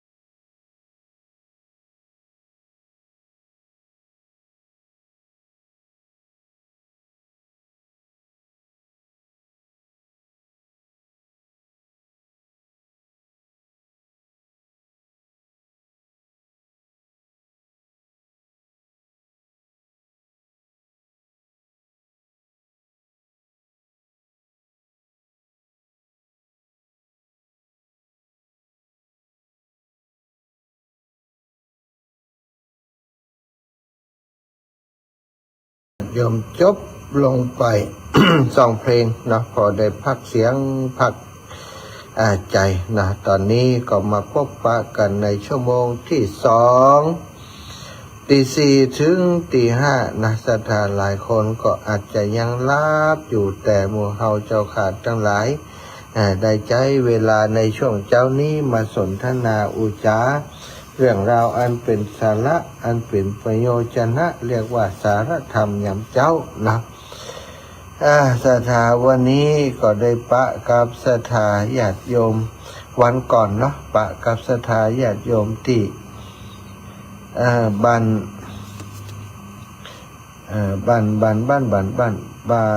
ดอนแก้วอำเภอวังเหนือนะอำเภอวังเหนือก็ได้มีศรัทธาญาติโยมที่เปิ่นฟังรายการนะเนาะเปิ่นก็ได้ถวายปัจจัยนะปัจจัยร่วมบุญในโครงการธรรมยตาเป็นการใช้จ่ายเป็นการน้ำกับไฟการเดินต่างๆซึ่งตะวันนี้มีโยมแม่เพ็ญศรีเมืองสุวรรณถวายปัจจัยมา500 บาทโยมป่อบุญเหลิมแม่บัวโรยแรงจริงพร้อมกับครอบครัวพี่น้องบ้านปากคาวังเหนือก็ร่วมบุญมาแห่ม500 บาทคุณโยมสายชนนายนัฐกิจนางสาวสรัญญพัฒน์สมทรัพย์เปิ่นตานขันเข้าตอนเจ้าออกจากประจ้ามาปะใส่เปิ่นตานขันเข้าไปหือป่อร้อยตำรวจโทศักดิ์ชัยสมศักดิ์และก็เจ้ากรรมนายเวรยังมีป่นานเหลี่ยมแม่ตรงแม่ตองนะป่นานเหลี่ยมแม่ตองมุงเมินบานดอนแก้วถวายมาแห่ม100 บาทแม่คำล่าแก้วประภาบ้านแสนต่อวังเหนือร่วมบุญมาแห่ม300 บาทแล้วก็มีป่อบุญยืนแม่เลท่าคล่องร่วมบุญมาแห่ม100 บาทหล่องเคาะวังเหนือแม่เสาสุดาจันทร์บ้านป่างิ้วถวายส่วนตัว300 บาทแม่พลอยวังเสาพี่น้องจากบ้านทุ่งพึ่งแก่ห่มร่วมบุญมาแห่ม100 บาทแล้วก็แม่บัวเขยนิธิโรจนาบ้านร่องเคาะร่วมบุญมาแห่ม100 บาทป้อนานเหลี่ยมแม่ตองมุงเมินบ้านดอนแก้วร่วมบุญธรรมยตาแห่ม500 บาทแม่ชวนชมเจริญนวกุลบ้านร่องเคาะแห่ม100 บาทอนุโมทนาเนอะสถาติเปิดให้หอมมาแล้วก็อันนี้ก็เป็นรายการตั้งแต่จากลำปางมาเนาะจากลำปางมาก็หลายท่านหลายคนโยมน้องอรพินรามบุตรคุณสิริพรสามีก็ไปตอนรับดูแลติดตามมาถึงป่าจ้าบันทาสีจากนั้นมาก็มีศรัทธาตลอดหลายทางโยมแม่ครูอาลีพันธ์ศรีวิริยะใบติตังเมืองเงาด้วยเมืองเงาหลายตีหลายแห่งกว่าจะเข้ามาในเขตของพะเยาก็มีหลายท่านหลายคนนะที่เปิ่นร่วมบุญร่วมกุศลมานี่ก็วันก่อนนี่ไปที่บ้านสันละกรก็มีโยมแม่นวลศรีนการบ้านสันละกรกับพร้อมกับคณะศรัทธาญาติโยมบ้านสันละกรและครูบาอาจารย์ท่านอาจารย์ทุกปีกวันพระครูปริยัติพัฒนกิจวัดสันละกรเจ้าคณะตำบลสันมะเข็ดปาศรัทธาญาติโยมมาแอวหาที่ปัจจาสันละกรพร้อมกับมาส่งกลับมาที่เจริญเมืองได้เดินต่อในวันก่อนแม่นางแสงใจซื่อร่วมอนุโมทนาแห่ม100 บาทแม่ชุรีพรเชื้อเมืองพานแม่ชุรีพรเชื้อเมืองพานถวายปัจจัยท่านเดินธุดงค์ 1,100 บาทแล้วก็ศรัทธานางแสงเดือนบุญดาบุญดา100 บาทศรัทธาแม่นางเสมอใจพร้อมลูกหลาน200 บาทแล้วก็ไพเฮมแม่สมพรไหวพริบบ้านห้วยบงเหนือบ้านเล็กบ้านห้วยบงเหนือร่วมทำบุญ200 บาทแล้วก็แม่เหลียวเดชมน บ้านสันขวางร่วมบุญมาแหม50 บาทแล้วก็แม่จันพุทธเมืองคำนะบ้านสันขวางสีถ้อยไผ่เยาแหม100 บาทแล้วก็นางสาวการจันตริศนาเงินสัจจาบ้านสันขวางแหม50 บาทแล้วก็ดาบตำรวจอภิชาตินางแสงเดือนนายอภิเชษฐ์บุญคงอุทิศถือปล่อยจำนงสันวันดี100 บาทถวายมา100 บาทแม่น้อยสันวันดีอุทิศถือปล่อยอุ้ยปันแม่อุ้ยเปงเจ้ากรรมนายเวรแหม50 บาทแล้วก็นาสายทองมันดีบ้านสีถ้อยบ้านต้นแกตำบลสีถ้อยแหม100 บาทบ้านต้นแกสีถ้อยนะครอบครัวปอดตาแม่นาอ่อนคำ200 บาทแล้วก็ร่วมครอบครัวปอดตาแม่นาอ่อนคำส่วนตัวแหม200หลอก2 รายการพ่อสมจิตแม่สงกรานต์คำเมืองสาแหม60 บาทศรัทธาแม่ปันแม่ใจแม่เสาคำจิระบุตรร่วมทำบุญโรงเรียนช่วยเหลือครูสอน200 บาทแม่พาพรสุริยปอแหม3 บาทสาธุสาธุแม่เสาคำจิระบุตรถวายส่วนตัว100 บาทแม่ชมมโนใจบ้านสันขวางพะเยาร่วมมาแหม3 บาทแล้วก็แม่อุ้ยแสงชัยวงศ์บ้านแม่ใจปงหมู่10อำเภอแม่ใจร่วมบุญมาแหม100 บาทแล้วก็แม่มันทนานันตะคำมีหมู่4แม่ใจห่างบ้านแหม20 บาทมีห่างบ้านหัวบ้านพร้อมแล้วก็นางสาวกันพิรมเงินสัจจากันพิรมเงินสัจจาสีถ้อยบ้านสันขวางสีถ้อยแหม50 บาทอรุณป่าเมืองมูลนี่ปากขวาวเนาะอรุณป่าเมืองมูลนี่ปากขวาว100 บาทแล้วก็แม่บุญประเสริฐแลวงนินเนาะแม่บุญประเสริฐแลวงนินบ้านปากขวาวหมู่12แม่ปืมใกล้บ้านปอยมปอเนตท่านเนาะแหม500 บาทนางฟองคำอินปันสีถ้อยแม่ใจบ้านสันขวางสีถ้อยแหม50 บาทแม่คำใจมิพักบ้านสันขวางสีถ้อยนี่แม่คำนี่ติดต่อขนาดเนอะแม่คำพะเยานี่แม่คำใจมิพักได้ร่วมบุญแหม500 บาทสาธุอนุโมทนาบุญกับศรัทธาสาธุชนแล้วก็แม่พ่อถือแม่จันตราสุทธนูหนองพักกิ๊ก1,000 บาทอันนี้คนเฒ่าอายุ94-96ดุศรัทธาเนาะก็ขอบคุณครับศรัทธาสาธุชนทุกคนทุกท่านที่อาตมาภาพได้กล่าวนามไปแล้วก็บางคนบางท่านได้จมในบาทได้ใส่มาโดยบ่ได้เขียนชื่อก็บ่ได้ประกาศชื่อแต่บ่เป็นหยังเพราะบุญบ่ได้เกิดที่การประกาศแต่ประกาศเพื่อจะก่อนจะเก็บซองเก็บอย่างไว้ประกาศให้ศรัทธาได้รับทราบเพื่อความสบายใจของอาตมาเองเนาะ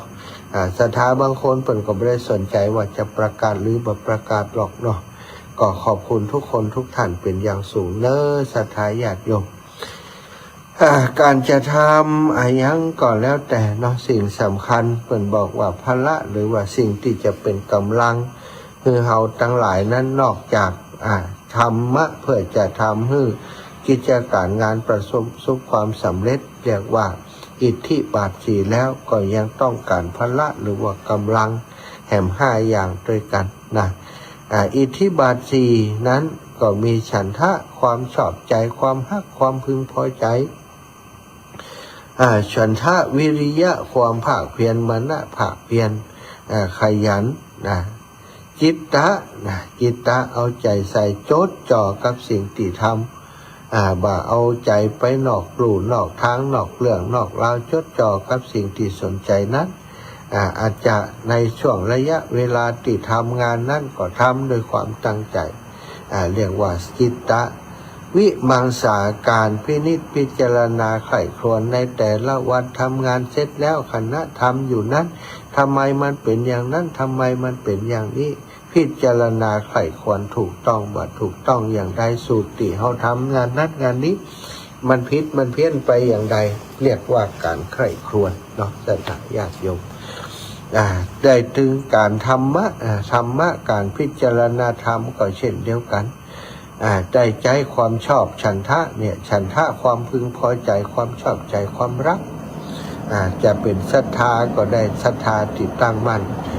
อย่างอาตมาภาพมีฉันทะมีความพึงพอใจในการจะช่วยเหลือนักเรียนมีความพึงพอใจในการจะเดินธุดงค์ธรรมยาตราเพื่อการศึกษาก่อนตั้งใจทำมีความภาคเพียรอากาศมันร้อนก็อดเอาอดร้อนอดหนาว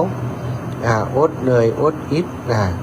เหนื่อยเมื่อยล้าเกิดขึ้นธรรมดาอดเอาพักก็หาย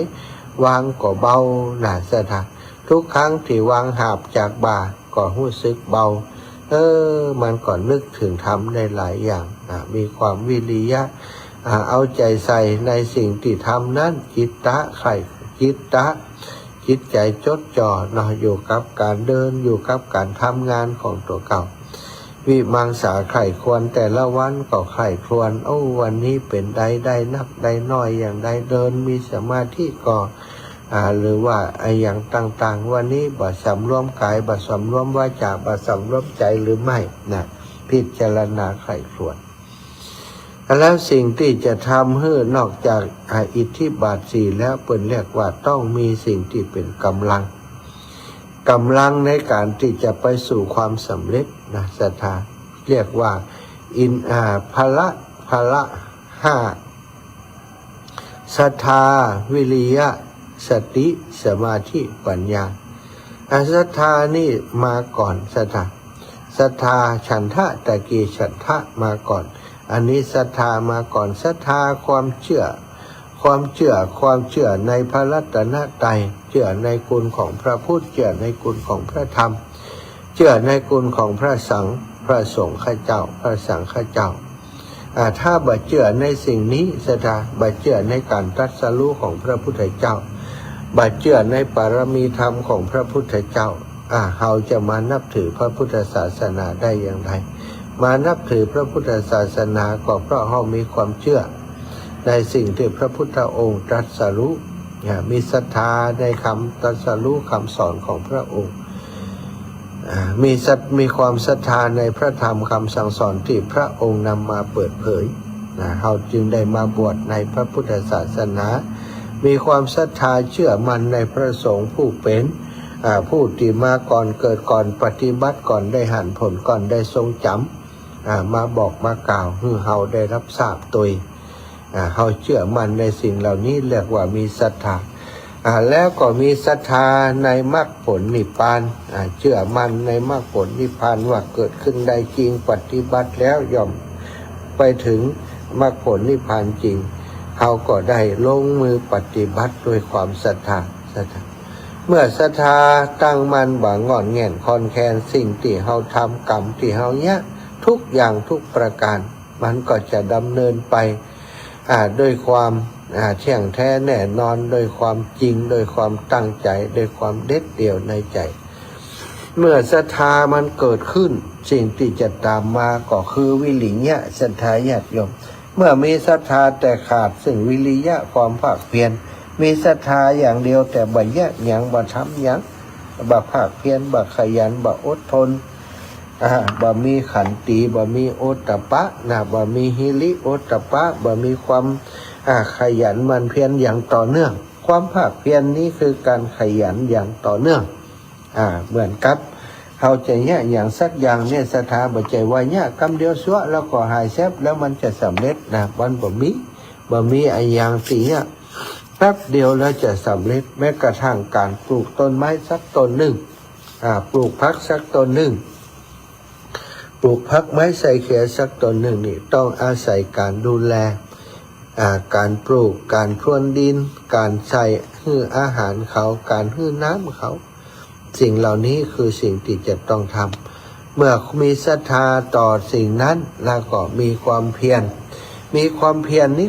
รต้องเป็นความเพียรที่เป็นไปอย่างต่อเนื่อง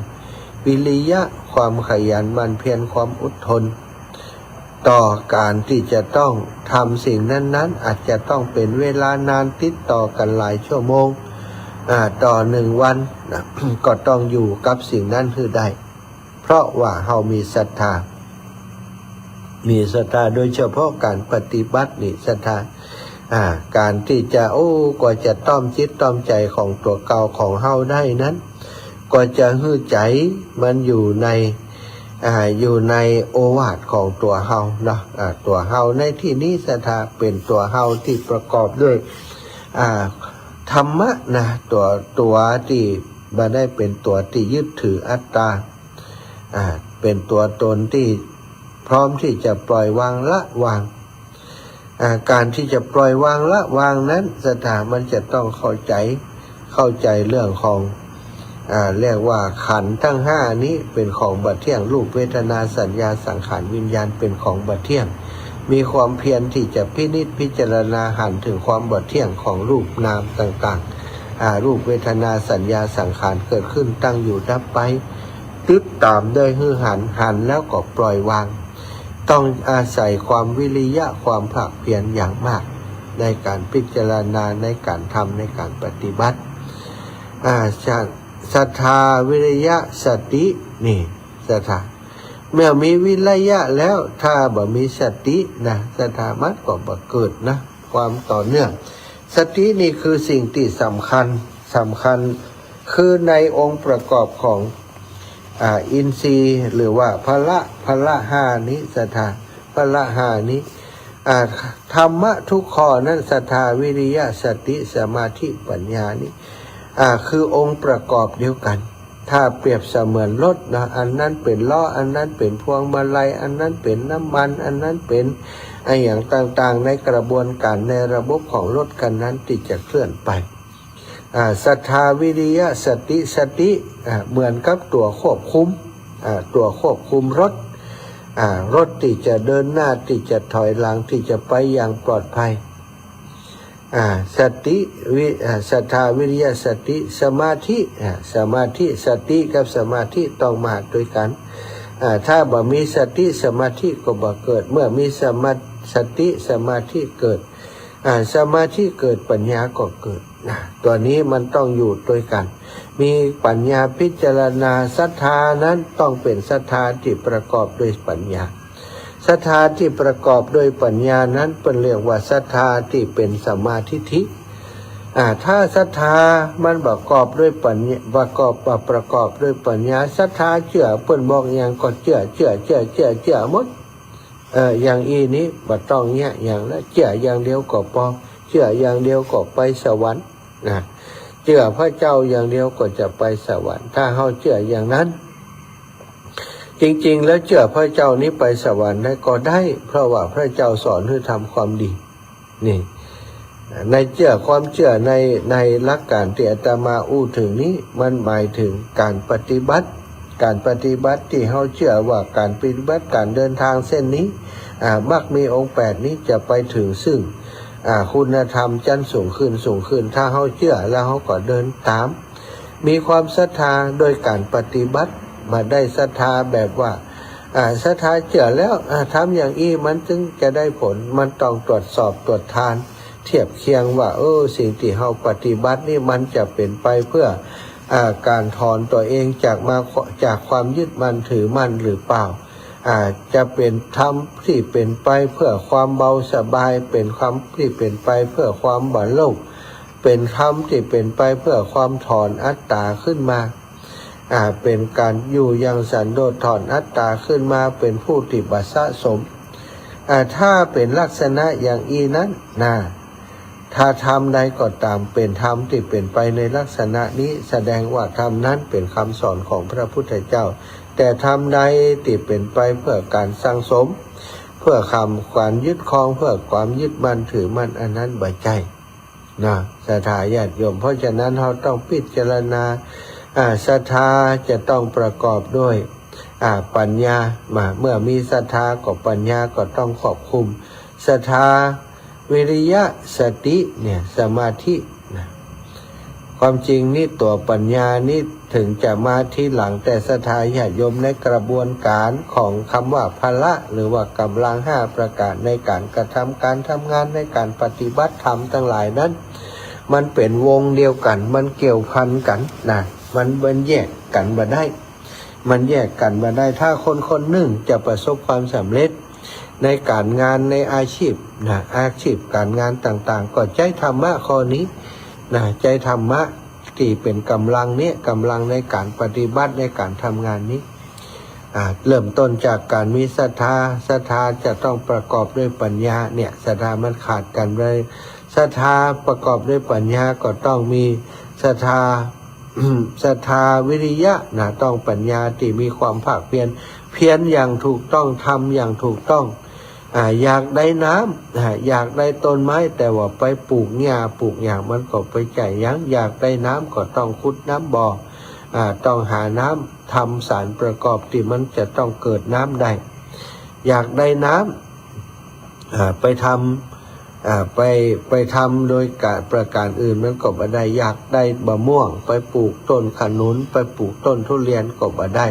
อยากได้ต้นทุเรียนต้องปลูกทุเรียนอยากได้ต้นมะม่วงต้องปลูกต้นมะม่วง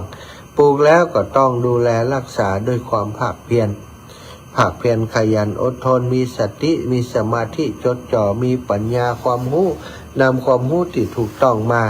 บริหารจัดการให้ต้นไม้ของเฮาต้นนั้นได้ยืนต้นได้ฮือดอกฮือผลนะต้นไม้แต่ละชนิดก็ต้องใช้อาหารต่างกันซะท่านในการปฏิบัติธรรมก็เช่นเดียวกันแต่ละคนนี้นะมีอุปนิสัยที่ต่างกันมีจริตที่ต่างกันก็ต้องปฏิบัติให้ถูกกับจริตของตัวเก่าแต่บอกว่าจะปฏิบัติอย่างใดจริตอย่างใดศรัทธาสิ่งที่จะต้องประกอบควบคู่กันนั้นคือศรัทธาวิริยะสติสมาธิปัญญานี้จะต้องอยู่ด้วยกันตลอดถ้ามีศรัทธาแต่มีปัญญาศรัทธาก็ศรัทธาในความงมงายศรัทธาในสิ่งที่มันนอกเหนือจากคำสอนในพระพุทธศาสนาศรัทธาที่บ่มีปัญญาคือสิ่งที่เป็นอันตรายสติสมาธิที่บ่ประกอบด้วยปัญญาก็เป็นสิ่งที่อันตรายความจริงหลายๆคนก็บอกว่าโอ้มันถ้าเป็นสติก็ดีหมดอะศรัทธาถ้าเขาไปจดจ่อในสิ่งที่มันเป็นอันตรายเป็นภัยแก่จิตใจเขามันจะเป็นสติที่ดีบ่ได้สติที่ดีต้องเป็นสติที่พร้อมที่จะปล่อยวางพร้อมที่จะละวางพร้อมที่จะหันทุกสิ่งทุกอย่างนะเป็นไปตามความเป็นจริงเป็นเรียกว่าสติแบบนี้สติสมาธิเมื่อสติมันอยู่กับตัวทุกอารมณ์สติมันอยู่กับตัวทุกอารมณ์สิ่งที่เรียกว่าเป็นสมาธิมันก็เกิดขึ้นในจิตในใจสมาธิเมื่อมันเกิดขึ้นแล้วมันก็ทำให้กระบวนการต่างๆบอกว่าปัญญาบอกว่าความวิริยะนะบอกว่าศรัทธาอย่างต่างๆมันก็จะเป็นสิ่งที่มีพลังมีความแน่วแน่มีศรัทธาที่นักขึ้นหนาขึ้นใหญ่ขึ้นปัญญาก็เช่นเดียวกันถ้าองค์ประกอบวิริยะสติสมาธิปัญญามันเกิดขึ้นบริบูรณ์เข้มแข็งกันทุกส่วนผสมมันลงตัวซะจ้ะที่เพิ่นบอกว่าบรรลุอรหันต์เนี่ยซะจ้ะโพธิปักขิยธรรมโพธิปักขิยธรรมก็เป็นส่วนที่มาจากศรัทธาวิริยะสติสมาธิปัญญานี้นะองค์แห่งการตรัสรู้องค์แห่งการที่คนจะบรรลุธรรมอย่างประสบความสำเร็จใดจะต้องมีเครื่องมือตัวนี้แหละสำคัญศรัทธาวิริยะสติสมาธิปัญญาพิจารณางานทุกอย่างที่เขาทำสำเร็จเพราะเขามีสิ่งเหล่านี้และที่เขาทำสำเร็จลบเพราะมันขาดสิ่งเหล่านี้เนาะวันนี้ก็ได้นำหลักธรรมในพระพุทธศาสนาซึ่งเป็นหลักการทางพระพุทธศาสนาในการทำการต่างๆให้ประสบความสำเร็จธรรมะองค์แห่งความสำเร็จหัวข้อแรก4อย่างด้วยกันนั่นก็คือ อิทธิบาทสี่หลักการของอิทธิบาทสี่ธรรมที่จะยังกิจกรรมต่างๆให้เป็นไปด้วยความสำเร็จเรียกว่าอิทธิบาทสี่ฉันทะความชอบความพึงพอใจตอนนี้ก็บรรจุเข้าไปในความศรัทธาก็ได้ในพละหรือว่ากำลัง5ประการศรัทธาก็เป็นตัวเดียวกันเนาะเป็นฉันทะความพึงพอใจความพึงพอใจอย่างจริงจังตรงนี้ที่เป็นเรียกว่าศรัทธามีความฮักมีความต้องการมีความปรารถนาอย่างตั้งใจอย่างจริงใจศรัทธาก็คือความตั้งใจตั้งมั่นเหมือนกับฉันทะที่พึงพอใจฉันทะวิริยะจิตตวิมังสาในข้อของพละก็จะมีว่าศรัทธาวิริยะสติสตินี้ก็คือสิ่งที่ถ้าอยู่ในอิทธิบาทสี่ก็การที่จะพิจารณาใคร่ครวญนี่ศรัทธาวิมังสาการใคร่ครวญต้องอาศัยสติสมาธิปัญญามันจึงเป็นถึงว่ามันก็เป็นเนื้อเดียวกันอันเดียวกันเนาะนำมาประกอบประยุกต์ในการทำงานทางจิตใจก็ได้ผลแล้วก็ทางทั่วไปในทางโลกก็ได้ผลถ้าเขาอยู่ในหลักธรรมต่างๆเหล่านี้คนที่ทำงานประสบความสำเร็จถึงแม้จะบ่ฮู้ธรรมะของพระพุทธเจ้าแต่โดยทั่วไปโดยรวมแล้วเขาก็ปฏิบัติแบบนี้เข้าถึงประสบความสำเร็จส่วนคนที่ล้มเหลวก็คือคนที่ไม่ได้สนใจปฏิบัติไม่ได้สนใจจะทำอย่างจริงๆจังๆก็เลยบ่ประสบความสำเร็จเนาะศรัทธาญาติโยมเวลานี้ก็4:34 นาทีช่วงนี้เนาะก็เป็นช่วงฤดูกาลที่เพิ่นเฝ้าระวังเรื่องหมอกควันไฟป่าเนอะศรัทธาอีพ่ออีแม่ทั้งหลายก็ได้ยินประกาศการจับกุมอยู่ตลอดอย่างต่อเนื่องแม้กระทั่งเผาขยะในบ้านในจองเขาก็โดนจับนะศรัทธาก็ขอให้ระมัดระวังกวาดใบไม้กวาดขยะปกติหนังเอาไปเผาเอาไปสุ่มตีหน้าบ้านในบ้านเคยทำเป็นประจำไผจะว่าบ่สนใจนะผู้ใหญ่บ้านผู้นำผู้ช่วยเปิ้นบอกย้ายจะไปเผาเนอะเปิ้นห้ามบ่ฟังอีแม่จะเผาโดนจับไปเนอะสถานโดนจับไปวันก่อนอินดูคนเฒ่าเหมือนกันแต่ว่าเปิ้นบอกแล้วบ่ฟังเนาะมันก็เป็นอันตรายกับคนอื่นหันเขาทำเป็นตัวอย่างคนเฒ่าคนแก่ทำเป็นตัวอย่างที่บ่ดีลูกหลานหันลูกหลานก็เนี่ยบางเตื่อมันดื้อมันแผงกฎเปิ้นบอกว่ากฎหมายเปิ้นห้ามเปิ้นขอกันขอร้องกัน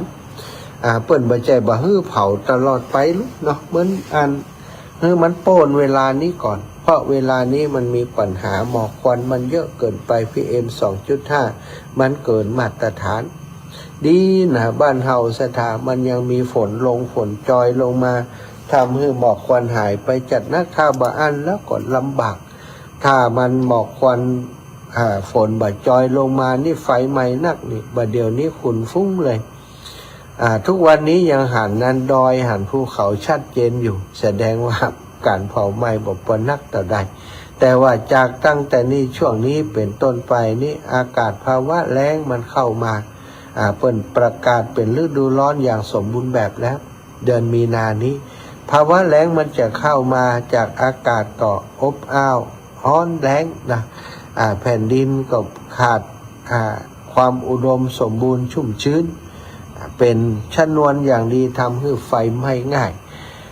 การสาเหตุของไฟไหม้มีหลายอย่างที่หนึ่งคนจุดตั้งใจเผาอย่างที่สองทิ้งสิ่งที่เป็นเชื้อเพลิงลงไปในระหว่างทางข้างทางในป่านะแค่ส้นปุรีน้อยเดียวเนี่ยจะเผาป่าได้ทั้งป่าส้นปุรีเขาสูบปุ๊บเขาดีดออกจากรถออกไปตั้งนอกสถานแล้วช่วงที่ดีดออกไปอีกป่อมันรถมันวิ่งด้วยความเร็วรถวิ่งด้วยความเร็วแล้วก็ลมอากาศที่เข้าไปในขี้ผ่อนของปุรีสถานที่มันเป็นความร้อนอยู่มันก็ลุกวูบตกลงไปตีใบไม้มันก็ไหม้เลยทันทีหลายแห่งไหม้จากข้างทางไปเกิดจากสาเหตุนี้สถาน เน้นก็ต้องระวังบางผ่องไปหามดส้มมดแดงเผามดส้มศรัทธาเผาไปเผามาบ่พอลามไปเผาไม่แพะไม่ป่าไปก็มีบางคนเจตนาจะไปจุดไฟเผาป่าเพื่อจะให้มันโป่งมันโล่งเผาที่เผาตังของตัวเก่าลักเนี่ยลักเผาศรัทธาเปิ้นจับได้ก็เสี่ยงตังเนอะตีของไผตีเผานะข้าเจ้าบ่ฮู้อ้ายบ่ฮู้นาอ้ายบ่ได้ยะนาเนี่ยมันสอบสวนหาหลักฐานได้เนาะว่าเดี๋ยวนี้หลักฐานนี่เปิ้นบอกว่าดูตังดาวเทียมได้เพราะดาวเทียมนี้มันสามารถถ่ายภาพย้อนหลังได้นะคือถ่ายภาพไว้แล้วสามารถดูย้อนหลังได้ไผมันหนีบ่พ้นสถานท่าต่างการเปิ้นจะเอาฉะนั้นก็ขอช่วยกันเนาะเปิ่นประกาศมาเปิ่นเตือนมาขอเวลามาว่าฮื้อเผาก็ช่วยกันกับบ้านกับเมืองถ้าเขาช่วยกันทุกอย่างมันก็สำเร็จได้โครงการที่เปิ่นเป็นห่วงก็ไม่ได้เป็นห่วงภัยทั้งการเปิ่นก็ไม่ได้ประกาศให้ตัวเปิ่นคนเดียวลูกเปิ่นก็เป็นคนหนึ่งเฮาก็เป็นคนหนึ่งมีผลกระทบเหมือนกันมีผลกระทบเท่ากันญาติพี่น้องลูกหลานของเฮาอยู่ในหมู่บ้านอยู่ในชุมชนอยู่ในบ้านในเมืองนี่มันจะเอาหูดังไปออกไปทางใดถ้าเฮามาเผาแพะเผาป่า PM 2.5 มันเกิดขึ้นที่นี่ละออนมันก็สูดดมที่นี่คนเฒ่าคนแก่ก็สูดดมที่นี่ลูกหลานหมู่เฮาก็สูดดมอากาศที่เดียวกันพื้นที่เดียวกันบ่ปลอดภัยเหมือนกันนะแต่คนที่เปิ่นน้อยอยู่เนี่ยละออนก็สิ่งที่ความเสี่ยงคือความอันตรายเกิดจากเด็กกับเด็กก็ดีกับคนสูงอายุก็ดีก็จะมีปัญหานักกว่าคนที่เปิ่นบาแปลงแห้งมีแข็งแรงเนาะคนที่เปิ่นบาแข็งแรงก็เกิดโรคภัยได้ง่ายนะสถาฉะนั้นขอให้ช่วยกันในช่วงฤดูร้อนนี่จะไปไหนก็ต้องป้องกันตัวเข้าไว้เด้อจะเดินทางไปที่ไหนมีตีมุงตีบังเป็นตัวเนี้ยจนเฒ่าคนแก่ก็มีจ้องมีหลบมีหมวกนะทุเจ้าเสียดายเดินทุดงเปิ่นมาฮื้อกลางจ้องถ้ากลางจ้องมันดูแล้วมันอย่างใดบ่ฮู้นะ ก็เลยบ่ได้กลางจ้องถ้ากลางจ้องจะม่วนแหมน้อยซะท่าแต่ถ้าอากาศร้อนนักๆถึงวันนี้อาตมาก็ใช้วิธีการเอาผ้าที่คลุมไหล่นี่มาปกหัวเห็นน้อยนะเดินไปพ้อนแก่แล้วไปก็จะพักเสียก่อนถ้ามันปอบเดินได้ก็เดินแต่ส่วนใหญ่ก็ในช่วงนี้บ่มีปัญหาช่วงหน้าจากนี้ไปก็บ่แน่อากาศมันร้อนมันแล้งมันแห้งกว่านี้มันก็อาจจะเป็นปัญหานักกว่านี้ก็พอกันไปเดินก็พิจารณาไปอาตมาก็บ่ได้ว่าจะต้องเคตัวเองฮือมันเดินห้อนจะตายก็ต้องแก่อยู่กลางแดดท่านนี่ก็เป็นปีเป็นลมไปบ่หันก็ตายคนเดียวเนาะถ้าอาการบดีอย่างใดก็ต้องเข้าห่มเข้าอย่างไว้ก่อนถ้าเดินตอนกลางวันได้บ่ได้แท้ๆก็ต้องเดินช่วงแรงมาอย่างว่ากันไป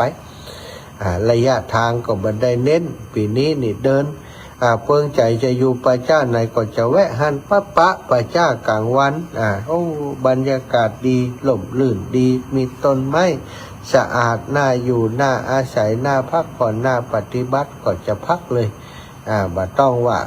ต้อง5 โมงก่อนถึงหาที่พักนี่กูเตือนนี้จะ5 โมงหาที่พักแต่ว่าปีนี้นี่กะว่าพอเจอที่ชอบใจที่ไหนที่พักผ่อนได้ที่ปฏิบัติได้ก็จะพักผ่อนและปฏิบัติไปเรื่อยๆตามความเหมาะสมตามความจำเป็นเนาะ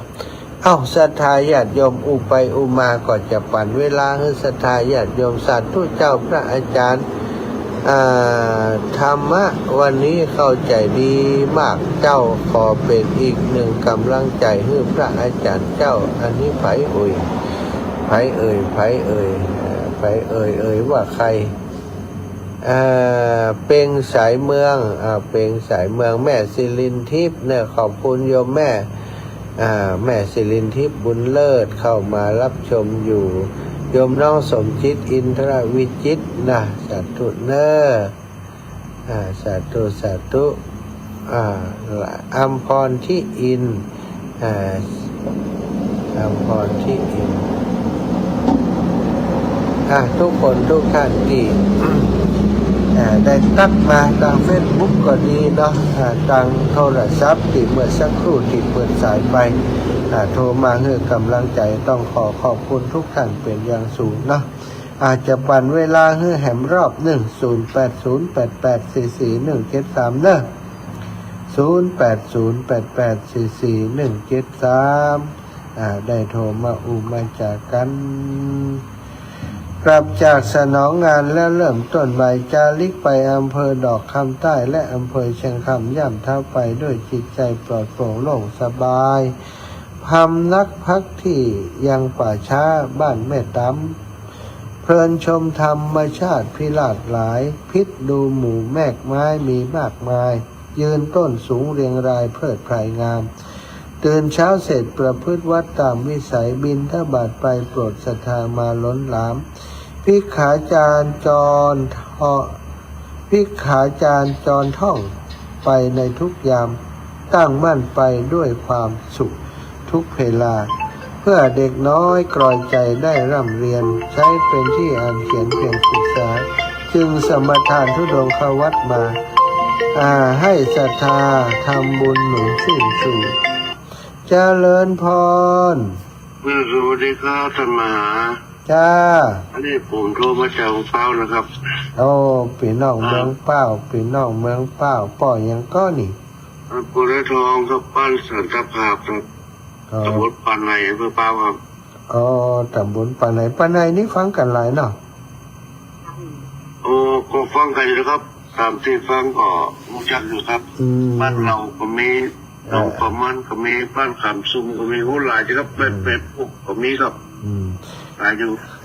หลายอยู่เนาะอันนี้ป่อท่านมหาจะป่อผมอยากจะได้เบอร์จะบริจาคด้วยท่านมหานะอยากจะได้เบอร์ธนาคารครับเบอร์ธนาคารล่ะครับผมเดี๋ยวตั้งหน้าเดี๋ยวจะบอกเนอะเดี๋ยวปอดเตรียมประกาศไว้ให้เนอะเตรียมแล้วครับเตรียมแล้วกะเตรียมแล้วแหละเตรียมแล้วเดี๋ยวจะบอกเบอร์ให้เนอะครับเบอร์ธนาคารกรุงเทพกรุงเทพก่อนแล้วก็605ครับ028ครับ3511ธนาคารกรุงเทพ6050283511เนอะป่ะเป็นบัญชีบัญชีของงานธรรมยาตราครั้งนี้อันนี้เป็นบัญชีที่เฮาฮื้อท่านผู้ใหญ่ถึงเป็นประธานกรรมการศึกษาแล้วก็ตั้งเจ้าหน้าที่เปิดอีปอจะหารชื่อว่าฟ้องคำหลับมากขึ้นก่อนป่ะฟ้องคำหลับมากฟ้องคำหลับมากนั่นคือผู้ใหญ่บ้านแล้วก็ประธานกรรมการศึกษาที่ดูแลบัญชีนี่คือเฮาเนอะครับผมท่านมาผมจะบริจาค1,000 บาทนะครับขอบคุณอีกป่อหลายป่อบอกชื่อแหมกั๊บแล้วโพนทองเมลัดปันทองเดี๋ยวก่อนเนอะอันนี้เดี๋ยวก่อนเนอะป่อน้อยทองครับแม่รัดปันทองจ้ะบ้านสันตภาพอำเภอเป้าจังหวัดเชียงใหม่สาธุ1,000 บาทผมสาธุป่อเดี๋ยวเขาจดไว้แล้วเนอะครับขอให้ทุกท่านมาที่เดินธรรมยาตราก็นอนแล้วเหมือนไหนวะจะไปสกลนครลงสกลนครมาปิกมาเชียงใหม่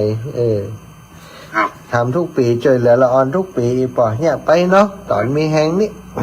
ครับในบุญในคุณแต่ธรรมะจ้าป่อขอบคุณอีป่อหลายๆเนอะเป็นกำลังใจให้ตุลูกนักหนาละขอบคุณครับผมสาธุมีปัญหาก็โทรมาเนอะโยมป่อยายพรร่องวัวแดง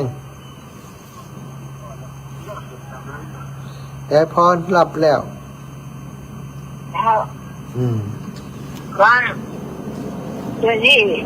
คัดไหนไปจ้าแม่ต๋ำร้านแม่ต๋ำอ่ะร้านแม่ต๋ำเป็นคำเหรอแม่ต๋ำพะเยา จะไปเชียงไปจะไปดอกคำไตจะไปเชียงค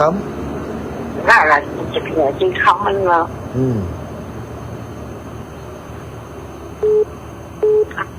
ำไอ้นี่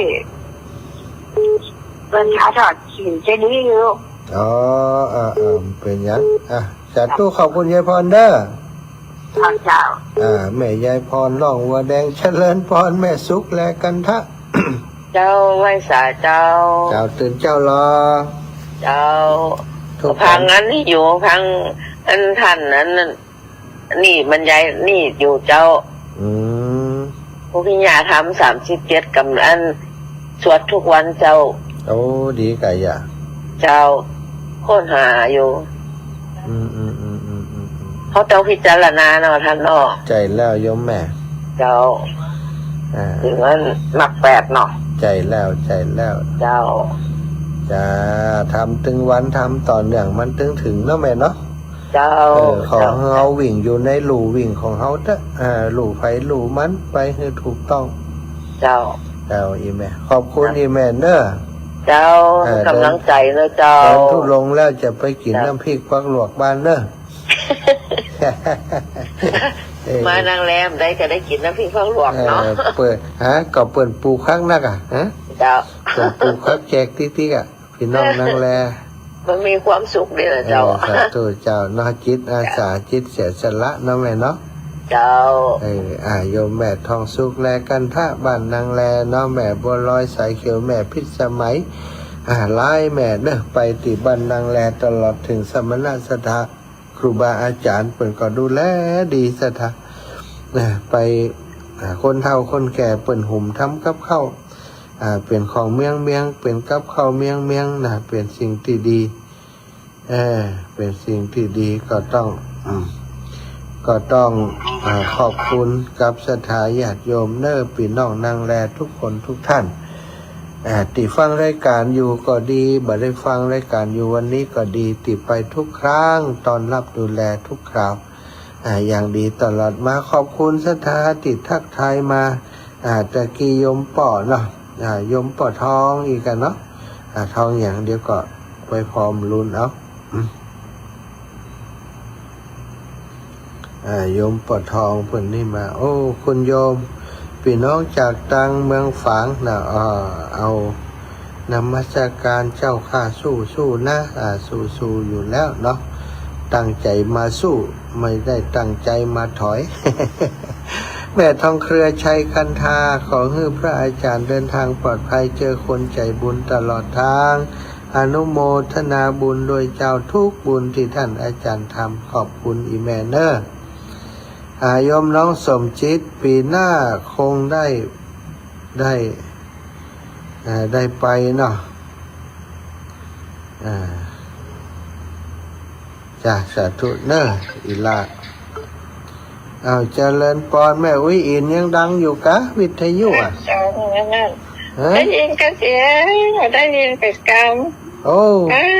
ทางมาเดี๋ยวนี้ยาสิงคำนี่ดังขนาดอ่ะโอ้ยาสิงคำเนี่ยปลดออกเลยยาสิงคำโอ้ยหลักท่านตลอดเวลานะเจ้าโยมแม่เดินทุดงแล้วจะไปจะไปเอาน้ำพึ่งน้ำพึ่งก็มีขี้พึ่งก็มีแล้วเนอะเอามาหล่อเทียนเนาะนักก็ปิดแล้วกันนะดีแล้วอีแม่วันศาสตร์เจ้าปีนี้รอเตียนดอยสะเก็ดเนอะดอยสะเก็ดของตู้ลุงแดงนะวัดแม่ห้องไข่นะปีนี้นะสถาสถาญาติโยมโอ้แม่บุญประเสริฐแม่บุญประเสริฐนี่มีแม่บุญประเสริฐอยู่ปูนในบ้านอย่างก็แม่บุญประเสริฐบ้านนั้นบ้านปากกวาวบ้านปากกวาวเปิดมีลายด้วยเดี๋ยวนี้ลายขนาดสาวลำปางมาพ่องกานี่กาตุนเจ้าพ่องกาก่อนบึ้ดไอ้แม่เดี๋ยวแม่จะไปวัดคุณนะวัดพระแก้วดอนเต้าวัดอันอย่างวะเขา ครูบาเขาปีเจ้าปูน อ๋อไปทางงานเสริมงามนี่กะ เจ้ากำลังลูกหนึ่งเข้านี่ ไปเถอะคนละ ไป บอกลวงหน้าบอกลวงหน้าน่ะหืม ไปเหมือนได้รถมันเต็มแล้วรถไอ้เจิมก็บอกว่าง อืมไปตะหน้าไปแล้ว อันนี้เดินกายแล้ว มาแวะเดินไกลมาแวะ เดินกายครูบาเขาปีแล้ว ไปนอนด้วยเปิ่นหากาศซะแล้ว นอนบนดอยหันแล้วก็อันเตียนพระบาทผ่านน้ำก็ไม่ได้ขึ้นไปบนปุ่นน่ะ ขึ้นในบนปุ่นน่ะจิ๊กบนปุ่นน่ะแม่เคยขึ้นไปแล้วน่ะ2-3 ครั้ง เจ้าแม่รถขึ้นได้ก็ได้ก็อย่า ถ้าทำเทศกาลรถขึ้นได้อันนี้เทศกาลเปิ่นเมื่อขึ้นเดินขึ้นเนาะ โอ้จ้ะ วันนี้ใครจะบอกขึ้น มันไปมันแล้วเขาจะอยู่หลุมมันไปไว้หลุมมันนะ เรียกว่าไปเปลี่ยนผ้าให้เปิ่นเลยมันเปลี่ยนล่ะ เขาก็ไปหอมตังเปิ่นแห่นะครับ แต่หอมตังก็หอมเพก็ได้ไปหอมอย่างเปิ่น เขาก็ไปหลายๆเตะกระจายไปหลายๆเตะ กูไงอะเนาะแม่เนาะ เจ้าเอวไม่ใช่นะกับพอบ้าน ดี นั้น แล้ว มี ดีแล้วมีแห้งกับไปมันจะได้ ไม่น้อยกับไปกะ ไปจ้ะลึกหนาวอ่ะมึงไปกำฟังว่ะ เป็น ไป ไง จ้ะ ดูแลกันดีๆเปิ่นถึงนี่เปิ่นถึงผงแล้วกลัวมันเยอะแก้มกลัวสักอย่าง แต่ตุ่มเป็นมันแห้งเหนียวหมดแล้ว แต่เป็นว่ามันยังแสบอยู่นะ แกไปให้เปิ่นกินพิษกะ ว่าตุ้มจะกินอย่างลูก กะแต่มันพิษเหนียวมันน่ะเป็น พักผ่อนเพียงพอกะตัวใจงานทันติ๊กๆอ่ะเขาบอกกูจะไปมานอนเนี่ยฟ้องลึกเนี่ยสุดยอดหัวใจ ได้หรอสุดยอดแต่ไม่น้อยนี่นะไม่น้อยน้องมึงไปน้องจะเอาคนอื่นเปลี่ยนมาได้เตรียมตัวไปแล้ว แกมได้กังวลแต่น่ะเนาะแกมจะว่าเล่นน่ะเนาะ ไปหมดอ่ะ แกม ไปหมดอ่ะ กังวลมนมองสักอย่างสาธุ ตัวไอ้แม่ข้อเขาตีเขาลุกจนหย่อนกดแล้วก็ให้มึงตายเลยนะถ้ามึงกดแล้วมึงมาฆ่ามึงหากูย้อมพี่เจ้าว่าพี่บ้า เอาหินไว้หลายรอบๆนั่นกะกลก่อนแน่ใจหินเลยกะป๊อกนี่ อยากให้อย่างนั้นเลย ไปฟังญาติเจ้านะเขาเดินทุดงแล้วเจ้า ปักละกำลังฟงเนี่ยนี่ปักละปักฝัก ไปอุ้มจอมใจสาธุนะแม่นะเดินทางปลอดภัยเหมือนกันเด้อ เจ้าจบดีเนอะ สาธุเดินทางไปแอวไปแหวงก็ปลอดภัยทุกเส้นทางแม่บัวเย็นจันทบเป็นกำลังพลังให้กับอาตมาติลำปางจัดกิจกรรมยังก็ได้อีแม่ไปช่วยดูแลตลอดเนาะขอบคุณแม่จันทร์ศรีสุขาได้โทรมาหากันแล้วขอบคุณเนาะแม่คำแดง